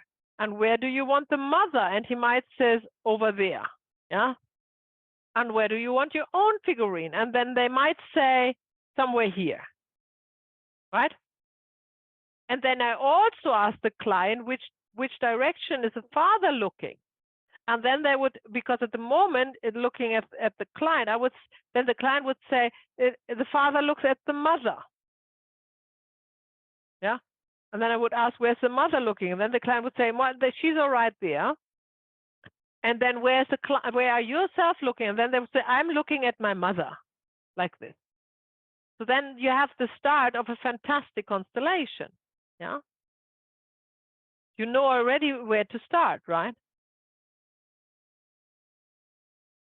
You start with the one who's looking at somebody else. So it could be either the father or the client to start with working. You have also the colors here. So the mother who looks away, who's obviously disconnected, has also the strongest color on the board, the red, which very often is a sign of anger. Very often. Yeah, not always, but very often. It's just the strongest emotion, and anger is a very strong emotion, as you know, right? You have the color yellow, which we know from the spiritual color chart is more happiness and child and so. So the father, having the right size, being yellow, looking at his wife, there is no issue, right? You can tell that. There is no issue. The son looking at the mother, you don't know yet. It's quite a distance. Is there an interrupted movement? Is there not? But at least they are connected, right? So here you have so many information. And you also see that the figurine is smaller than mother and father. So the order of precedence is kind of okay, yeah? So that's not an issue. The client could have chosen this one for themselves, right? Then you know, second order of love is not obeyed, yeah? Heaps of information. Of course, you need to know your stuff first, and then you can see it, and then you need to practice with your own figurines so you know which is representing which, and then all this information will kind of tower on you in the first 2 minutes of the constellation. Yeah. And sometimes that is so clear what you see that you start working and you're done in 5 minutes.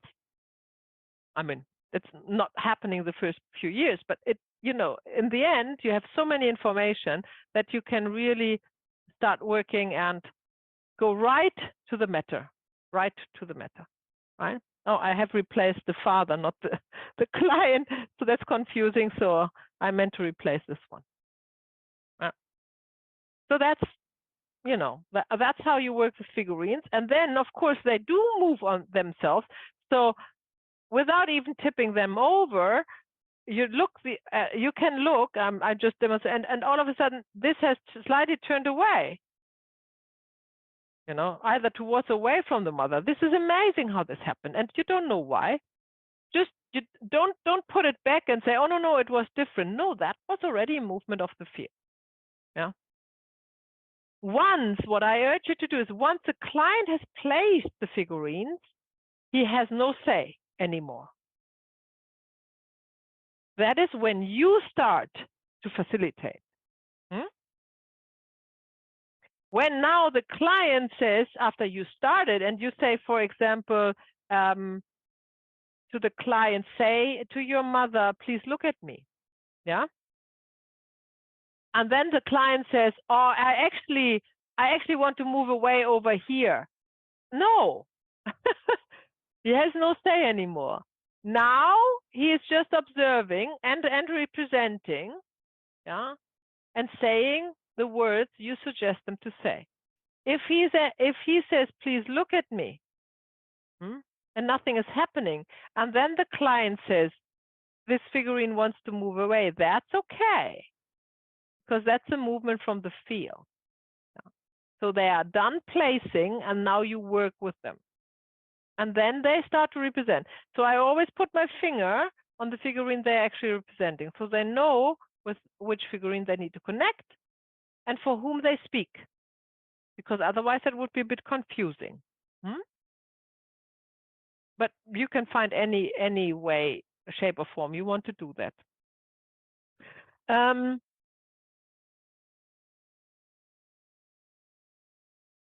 Talking about, I want to combine that with the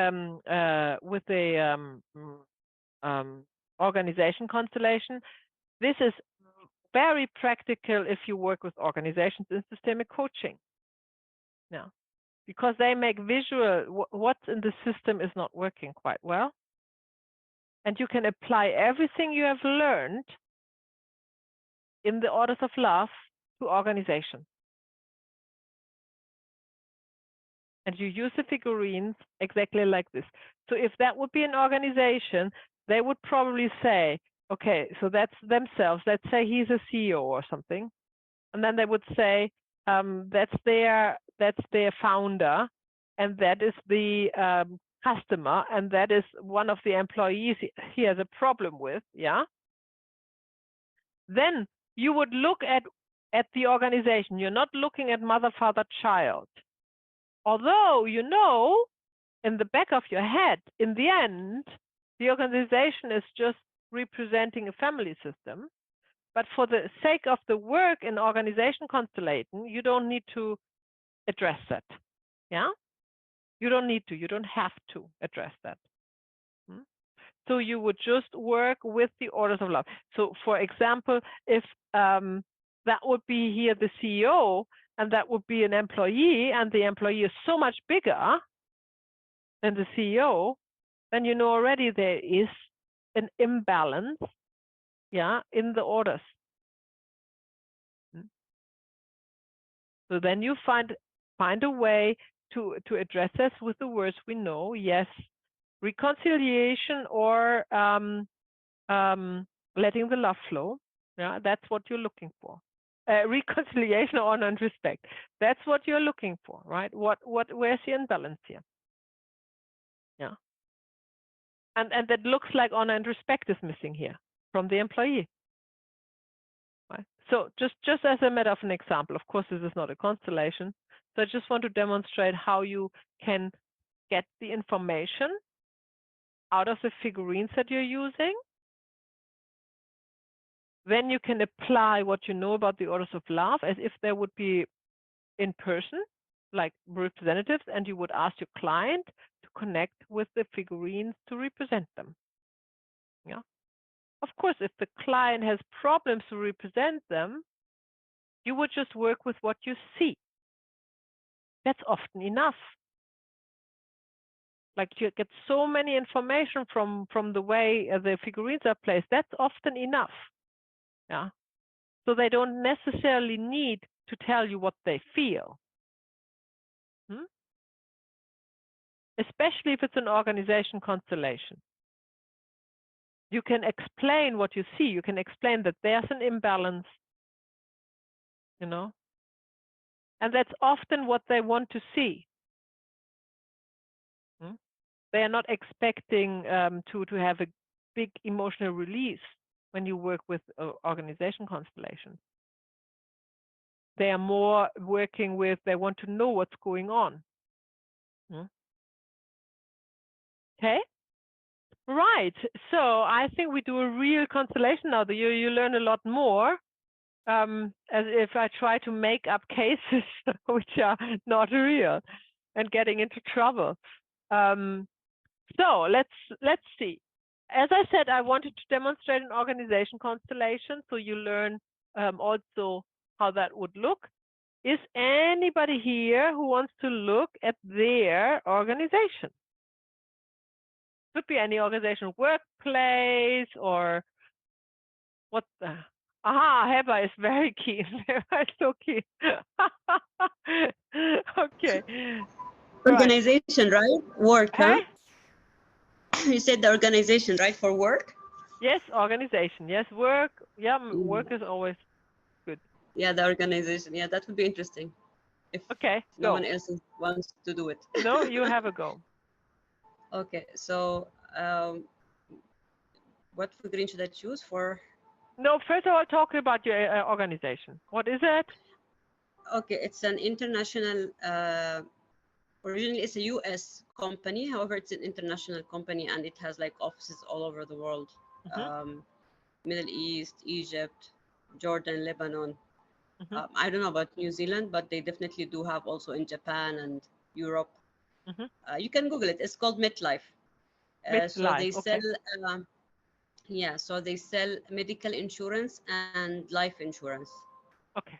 I work in the medical insurance, in the approval department, where they assess the request from the hospital and the doctors, and then we give either to approve it or deny it based on the policy terms and the medical justification they provide, if they really need it or not. You will be surprised what people start doing when they say that they think like, oh, the insurance will pay, just let's put this on and this and this and this and make the bill bigger. Yeah, of course. Yeah. That is insurance fraud, what you're talking about, right? Yes, yeah. Good. So what's the problem there? I think since a year and a half, they have already initiated a process to outsource our department for another company, which is a TPA, third-party administrator. So they will remain the payer, they will pay the money for the claims, but then the other people will do that. So they are expecting to let everyone go and close the department within the 6 up to 1 year. Okay. It's weird that they do that, because the other company, their service is horrible. And our company is not a cheap company. I mean, they pay high premiums because we have like a good service. We provide good service. They keep saying that the company is making losses and they're trying to generate profit, which I don't believe, to be honest. So are you worried about losing your job? Is that a concern, or what is your concern? I think 90% at some point, yes, I'm going to lose it. But my main concern also is that I have been trying to move inside to other departments that they are retaining. But I don't think that they really give like a fair chance for everyone. So if like you're preferred at your boss, then he will put a good word for you, and then they will take you in the other department. But I tried like 3 times with 3 different departments, and it didn't work every time. Okay. So you want to look at the organization? You want to look, do you want to look at the outsourced organization at all? Is that part of it or not? Would it be possible, for example, to look if there is like an opportunity for me to grow there or go to In a the different outsourced department? Or organization, okay, yeah? no, Okay. inside my current organization. Aha. So we don't need to look at the outsourced organization. I don't know how it would fit, because apparently they're not making any interest to acquire any employees from our side. So you're looking at your organization if there's another job for you inside. Yeah. And what kind of departments comes to mind? What are the options for you there? There was one department, which is the project management. This was one of the departments I was looking into, Okay, especially choose that a I have figurine just for finished that. Okay. For the department. For the project management, yeah.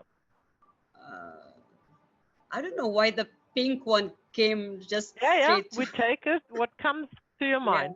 Project management. Then, what else? Maybe my current manager, because they cannot take me unless he says yes, you can take her. Your current manager, who is that? The head of department, he would be the black one, huge in the corner at the back. That one? Yes. That one? Yeah. Okay. So that is your boss? Yeah. Okay. What else do you have other than the project management as an option? Unfortunately, not much, because the other options that I can move to, they are going to be also outsourced and let go also. Okay. So you are not, you don't think that you're going to move to the outsourced company? That's not an option. No, they are not interested in taking any from our company, no. So then unless there is some hidden opportunity that I'm not aware of. Well, we can choose a figurine for this outsourced company then. Wouldn't hurt. Yeah. It would be the white cone one in the center. This one? This one. Yeah. Okay, so that would be the outsourced. And then we choose a figurine for another opportunity that you don't know of yet. The green one, the cylinder one on the right. My right. The other side, the other side. Yes, this is the one. Yes. This one? Yeah. Okay. So that would be this one, right? Yeah. So that is the outsourced company. That's a new opportunity. And that is the project management within your company, and that is your boss. And then we need one for you. The light blue. The light blue. Bright shiny one. Bright shiny. Okay. Very good. So for the sake of this demonstration, we leave it here. We could add more, of course, right? But we leave it here. We might add a few figurines. Maybe. No, we start here and then I can demonstrate you also something that is often overlooked. So, okay, let's start here. So, how do you want to place the figurines? With which one would you like to start? The pink one in the middle. Look. That's the project management department? Yes, like that. Yes. Yes. And I don't know why I get the feeling that the black one is standing right behind it. Okay, that's very good. You don't need to know. Yeah. like this. And the black one was your boss, right? Yes. Yeah.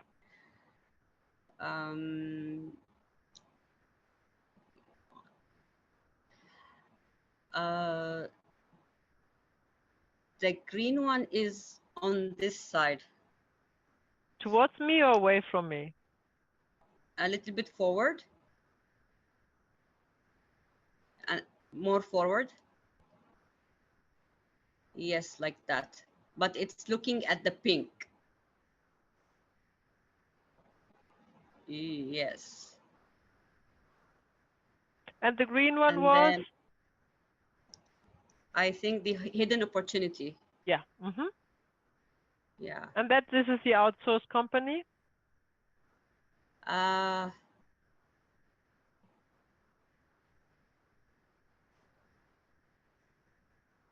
don't know, it's weird, but it's standing next to the green one. On which side? Yes, this side. And then you're looking in the same direction. looking in the same direction as the green one? Yeah. Okay. And then Yes. yours? And standing in front of the pink one, facing it. Yes, like that. Yeah. How far away? Like that, not too far. Looking at it, yes, yes, like that, yeah. Like that? Okay. Yeah.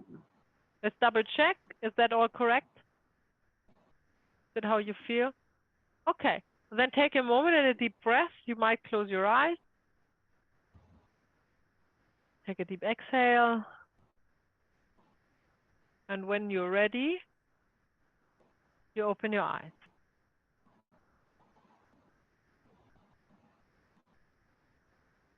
Mm-hmm. How do you feel? Stuck. Say it again. Stuck. Stuck. You feel stuck. What emotion is that? Confused. Not. I don't know where to go. Which direction to go to. Mm-hmm.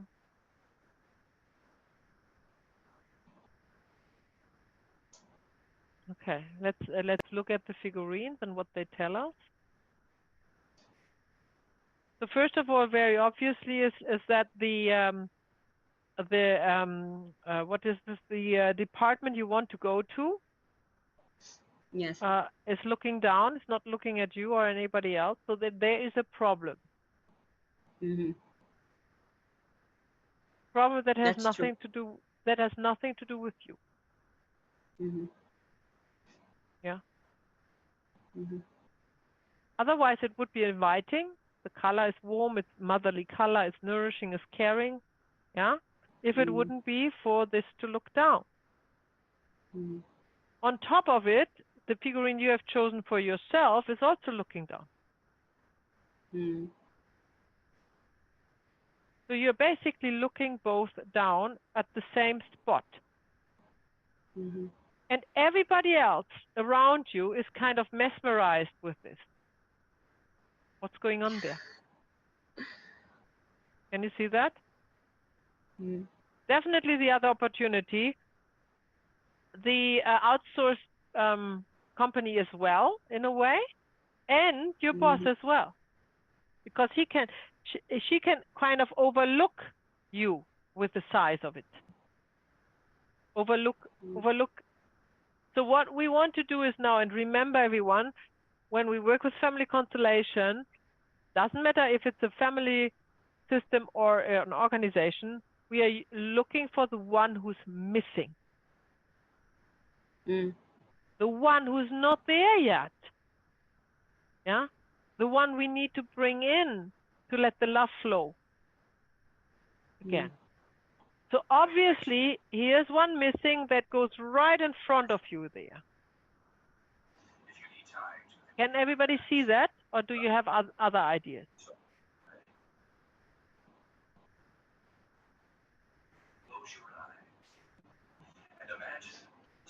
So we need to add one more thing, right? Yeah. It would be one of the white coins. Which size? The coins, A the coin. rounded, Coins. yeah. This one. Yeah, but I don't know why I have the feeling that it's not one. It has to be 2 or 3. 2. Okay, let's try it. Yeah.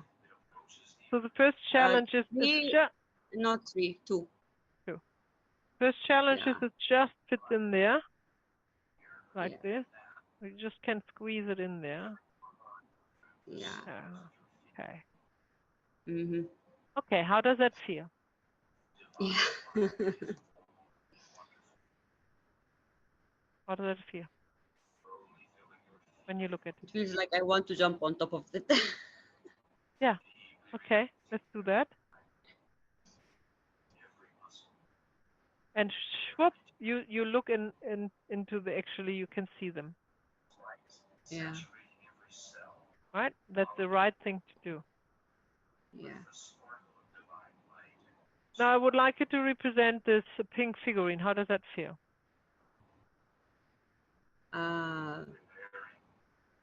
It feels like it sees me for the first time. Aha. Okay. So it can only see you through the podest that you put there, Mm-hmm. right? Without that, you wouldn't be seen. Mm-hmm. Hmm? Mm-hmm. What can that be? What comes to your mind spontaneously? I don't know, honestly. Where do you have to step up?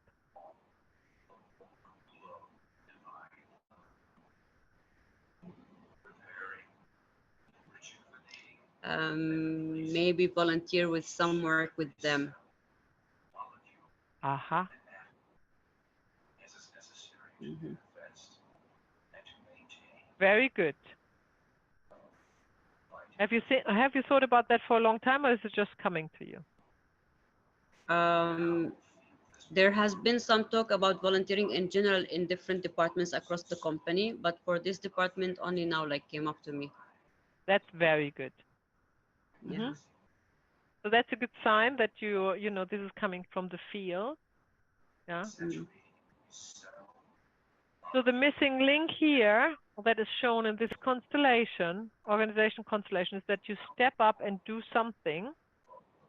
Mm-hmm. So this department can see you. Now, the other thing that is happening if you step up is also that your boss sees you and not the pink one. Mm-hmm. Yeah. Now, if you look at the sign, if you look at your boss, now she's looking at you. Mm-hmm. Right? Mm-hmm. Say to her,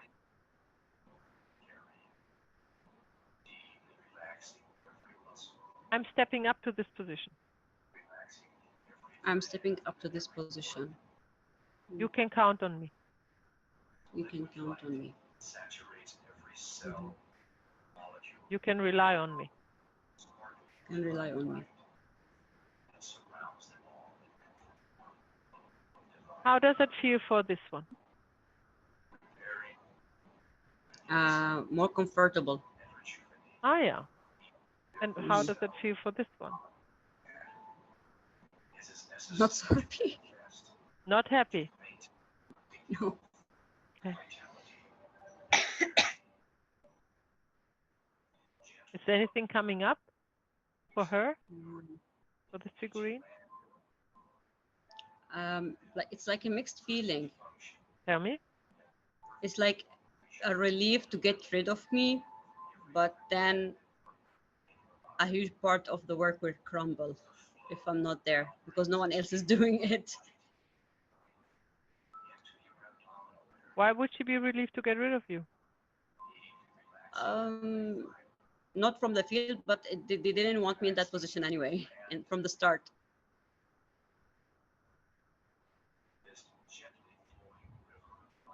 And that hasn't changed. Is that coming from your mind now, or is it coming from the figurine? That they don't want me there. Mm-hmm.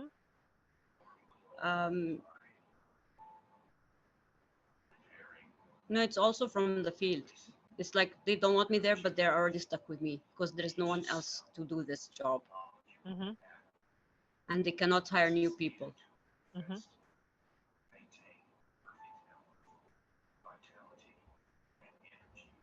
Okay, let's see what is right here. So representing this figurine, you say,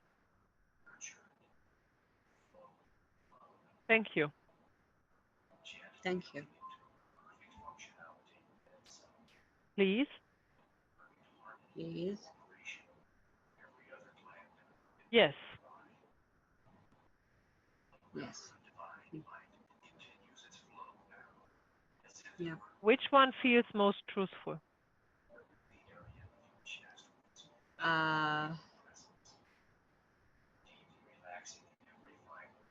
You can repeat it. Yes. Yes. Yes. Feels more. Yeah. Feels the most truthful. Okay. Yeah. Okay. Then say for her, yes, I can see you in this position.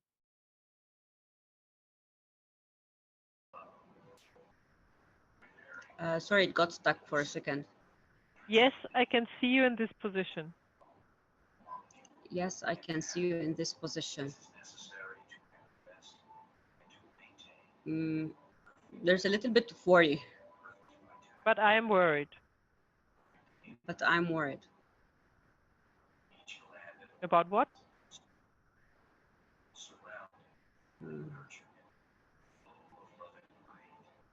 How it will affect the work in his department. In here. In here.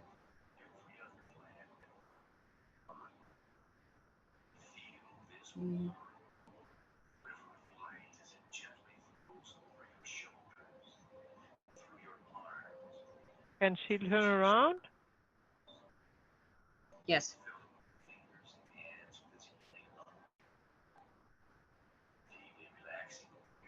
How does it feel when you are standing behind her? There's a tension. Eh?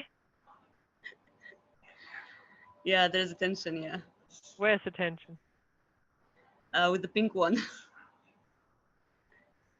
You behind her gives you tension. No, for him to face the black one is Aha. giving tension. Ah, yeah. See? So this situation was comfortable for both of you. Yes, right? yeah. Yeah. So that means that it's a good place for you to be. Yeah.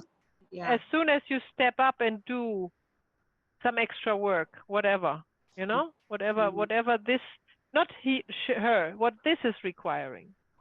Yes. It's not about her, it's about this. Yes. What this department is requiring, if you step up to that, they would be very comfortable with it. Now, it looks like the department has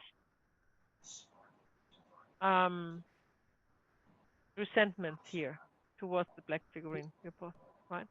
Not only you. That's the whole department.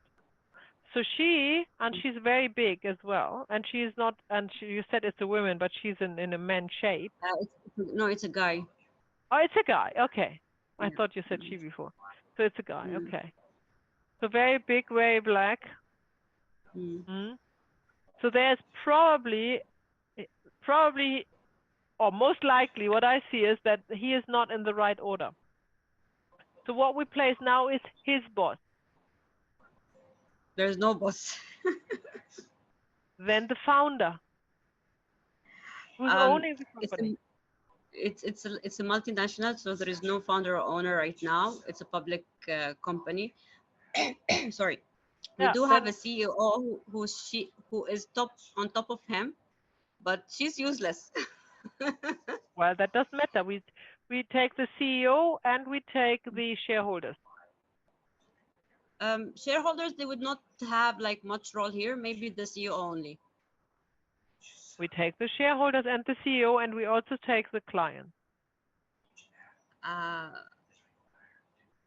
No.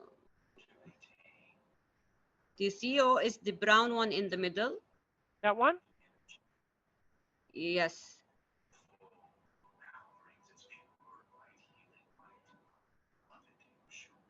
Yes, and the shareholders, the red one in the middle, red cone. That would big one or that one or that one? No, the middle one. Yes, yes, this one. Yes. And then the customers.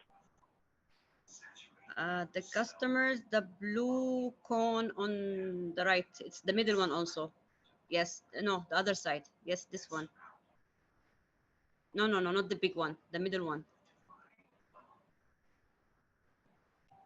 That one? The middle, the one on the other side. That one? Yes. Or that one? No, the one in the back. That one. Yeah. That would be this one. Okay. So my customers, basically, they are not only the members or the insured. My customers also are the hospitals, because I also run our relationship with them. Okay. Okay. Let's place the customers. Where are they going? Behind me. Where are they looking? They are looking at me. Right. How far away? Right behind me. Like this. Yeah? Mm. Okay. The CEO?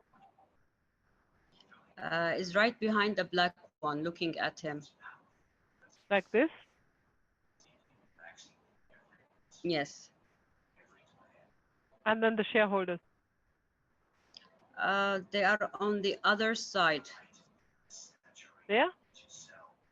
On the side. Yes, like that, yes. And looking at, in the center. Looking at the center. Like this.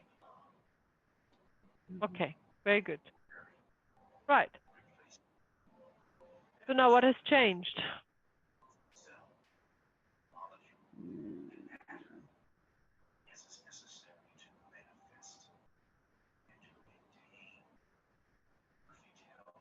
I don't feel much change. This is your figurine. What has changed for you? Anything? No. Nothing. For this? No. For her? Mm, Nothing. no. How about this one?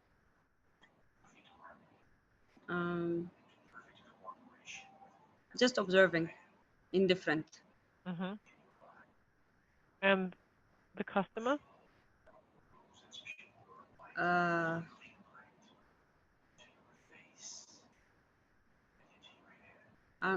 Like there is a confusion.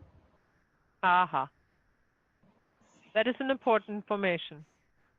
Because no company can thrive if they are not focused on the customers. And the customers are often overlooked in constellations. And often the customers or the founders are the ones who are the missing link, who are not mentioned.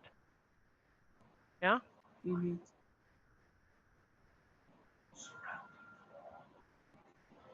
So here, and this is the magic of the figurines, I want you to notice that her figurine has turned. Can you see that? Mm-hmm. When the customers came, this figurine turned away from this, the pink one, right? So how it turned? I don't know. It just turned. You can clearly see Okay. that. And that's good to see, because if I try to explain to you how that looks, this is how it looks. Mm-hmm. Yeah. It has just turned away. And what it has turned towards the customers. Yeah. So the direction goes via the shareholders, for whom every employee is also working, because they pay their wages, yeah, to the customers who are the most important part of a company. Without the customers, there would be no shareholders, and without them, there would be no money to pay for anything, right? So that is important movement of the souls here. So we will now exaggerate that or amplify it. So how do you feel about turning around to the customer?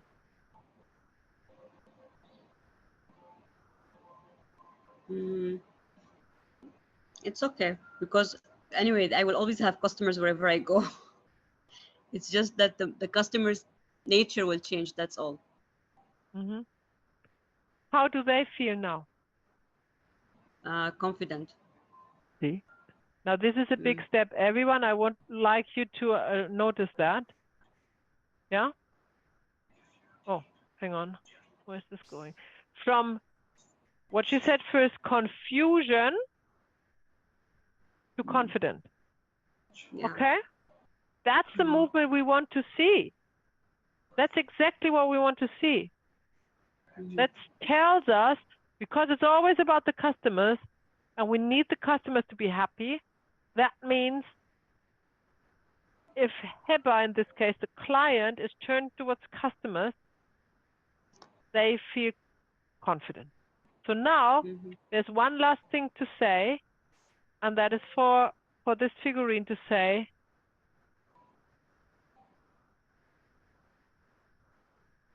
yes, say yes. I'm here for you. I'm here for you. Only you. Only you.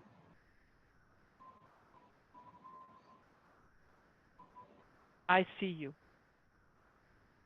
I see you. You will always be in my view. You will always be in my view. Or focus, whatever you want to. How do you feel when you say that? How do they feel? Confident, happy. Happy, even better than confident. More comfortable, yeah, more comfortable. Very good. Now, how does this feel? Also more confident. And now, how does this feel?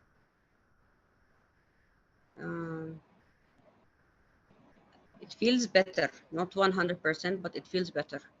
Very good. Very good. And now, how do the shareholders feel? Relieved. Very good. Very good. So we leave it here, right? That's the end of this constellation, because we have achieved big movements, changes. Yeah. So just one clarification: the customers is like a wide term, because as I said, my customers will be different in different departments. Doesn't matter. So it doesn't we say matter, customer right? is customer. Yeah. We as a facilitator don't even need to know what business is it. That doesn't matter. Yeah. So whether the customers in my current department or the other department is the same thing.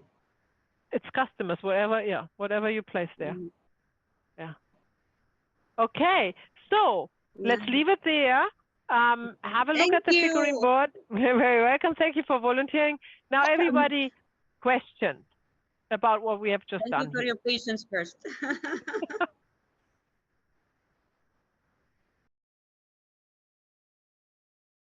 Question, if I may.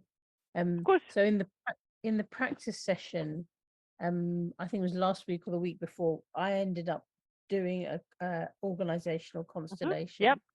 What's interesting about this one is how you led it, and how Hibba was saying, I think a couple of times you said, I don't, but there isn't, and you could hear her telling the story.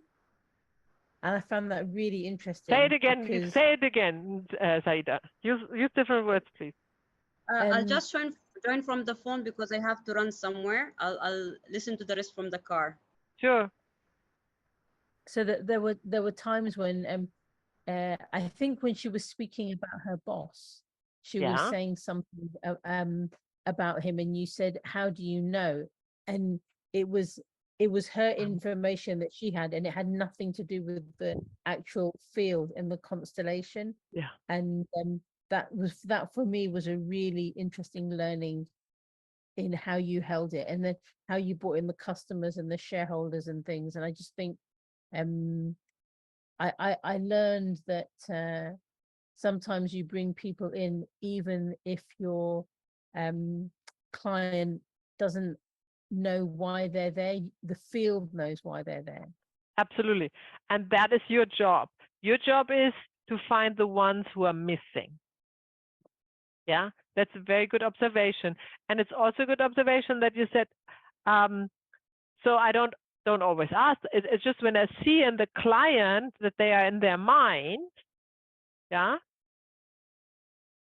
the way they say things, or it's kind of obvious, or it's to be expected, then I would ask the question, are you in your mind or not? So yeah, you don't need to always do that, but sometimes it's appropriate to do that, especially in organization constellations, and not also in family constellations, in one-on-one sessions when the client has to represent the figurines. It's if you have another insight, if you have another observation, go with yours rather than the one of your client. And always stay close to what the figurines already talk about, already tell you. So one remarkable thing was that these were looking at each other, and they were obviously both looking down. So something was missing. I mean, that's obvious. That's your starting point. No. And then when these this thing is come in there, this is like a plateau. It's already kind of obvious to place a figurine on there, but she actually mentioned to go on there. So that was fantastic. And then from there, everything developed. Then you only need to bring in the ones that are missing. It's always in organization constellation, the customers most important, the founders or the owners. In this case, it was the owners, the shareholders, yeah. And then eventually, and now this boss had not much to say, but anyhow, it's sometimes good to add it. And then what we haven't talked about is the two other options, yeah. They are quite neutral. They don't give us much to work with. So I didn't work with them because they are both open. They look at what's going on. They are kind of, they don't have strong colors. They are kind of in a waiting state. Yeah. So you don't need to work with them. Right? Okay. So, what else have you learned by using the figurines? Forget about that it's an organization constellation. What did you learn about the use of the figurines from this demonstration? I just wanted to add that for myself, it's a huge surprise that they really can represent. Like it's unbelievable how they can represent so precise and wow. Yeah, it's amazing, eh? Yeah. What else have you observed? For me, it was a surprise how the figurine moved, although you did not touch it. I know. That is a mystery still. It's just how it is. I don't want to give any reasons for it. It's just, it is always like this. And often the healing movement that often that gives us, so always go with that. If that is happening on your board, then that's where you go. So remember, the figurine is not an actual person, so they will not move all the way. They just show you which way. Yeah. They show you which way it can go. What else? What else have you learned or observed?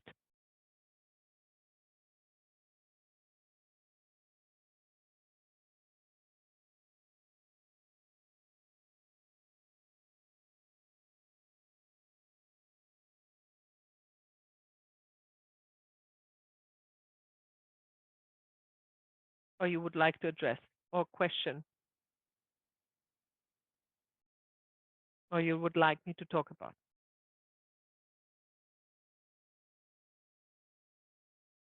So looking at colors, we have two strong colors here. That is the red one, yeah, which are the shareholders, and the pink one, which is this department that we were working with. Yeah. The rest of the colors are more muted. So that can really mean a lot, anything, but the pink is the spiritual color of the motherhood. So it has this caring, nourishing. This is a good sign in our constellation, because that's what Heba really wants the client. It wants to work somewhere where it's a nourishing and caring environment. So that already tells us it's not a bad option at all. Yeah? Right? So that's another little hint that you get from the field. Yeah. If it would be red, like if it would look like this, I'm just for the sake of, I would be more careful. Yeah. That is probably not a good place to work in.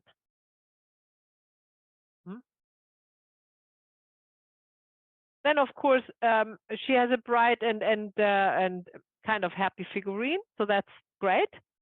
So in general, the client is happy where they are.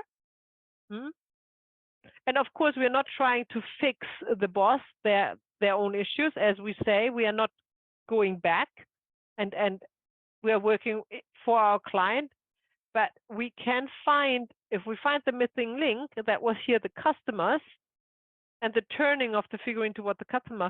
Also, there was a movement. As Heba said when she was representing it, there was also a positive movement emotionally. Yeah. So everything is influenced, anything really, as soon as the souls start to move, even the slightest bit. And that's all you need. That's all you need. It can have a big impact with very small movements, especially when you work with figurine. Okay, then I leave it here and let's share. We have a few more minutes and we are at the end of our teaching content. Maya, just one last comment. So in general, for example, here you said that there is something I need to do to step up. This I understand that it's a soul movement for the constellation, but does this also mean that sometimes it means that the client actually needs to do something also for things to move? Yeah, definitely. Definitely. And because I asked you what comes to mind, and to your mind came volunteering, that's the way to go.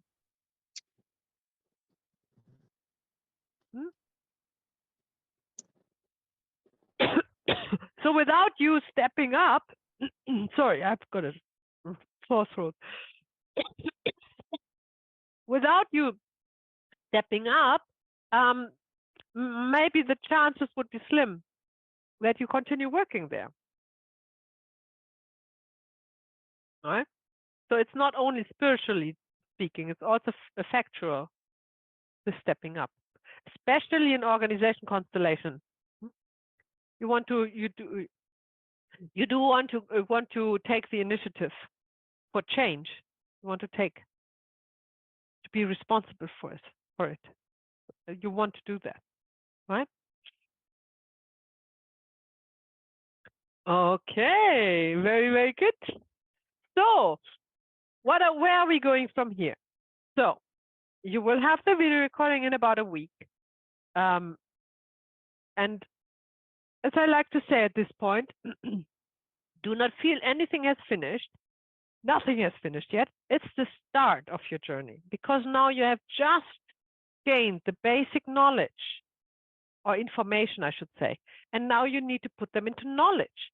And you can only put them into knowledge when you are actually practicing it. Practicing not only means that you go out about and practice with other people. That means that you are observing. That's also practice. You're observing now with all the information you have. You will look at every workshop you come, either on my workshops or somebody else's workshop. You can look at what you see in a different way. I want you to connect the dots. See what you can see what you can recognize. Yeah, be aware that you can recognize dynamics, that you can recognize relationships, that you can recognize orders and disturbance of orders, imbalances or balances, that you can recognize it. That's very, very important. That's what you need, right? That's exactly what you need from now on. Of course, put it all into practice, come to the practice workshops, Most importantly, the open workshops and the practice workshops are now the way to apply, if you will, the information and make it into knowledge. Rewatching the videos, because you cannot possibly memorize everything like this, and read your books. And now it's also a good time that you might, you don't have to, but it would be a good time to think about a topic for your essay as well. And it should be something that is a personal topic to you, something that you want to look at because you're interested in it. Not something, oh, what can I write about? Well, there's actually a list of topics on the community chat that you can see what others have written about. And you think, okay, I close my eyes and I point with the finger of one, and that's what I take as well. You can do that, or you can do anything, but it would be more authentic if that would something to have to do. So for example, Saida, if you're interested in organization constellation and you think that that's what you're going to work with a lot, definitely write your essay about that. Yeah, would be fantastic. Or Eva, what are you most interested in? I really love to check how the health issues connect with the information from the field, the things, because it's my specialty, so the medicine and so you health. could write about constellation and an illness or a disease. It doesn't need to be a specific one. It can be generic, like what how to constellate diseases and illnesses. And what are you most interested in, Navjoti? The interrupted movement towards the mother. Very good. Brilliant. That's a very good topic. And Heba, what are you most interested in?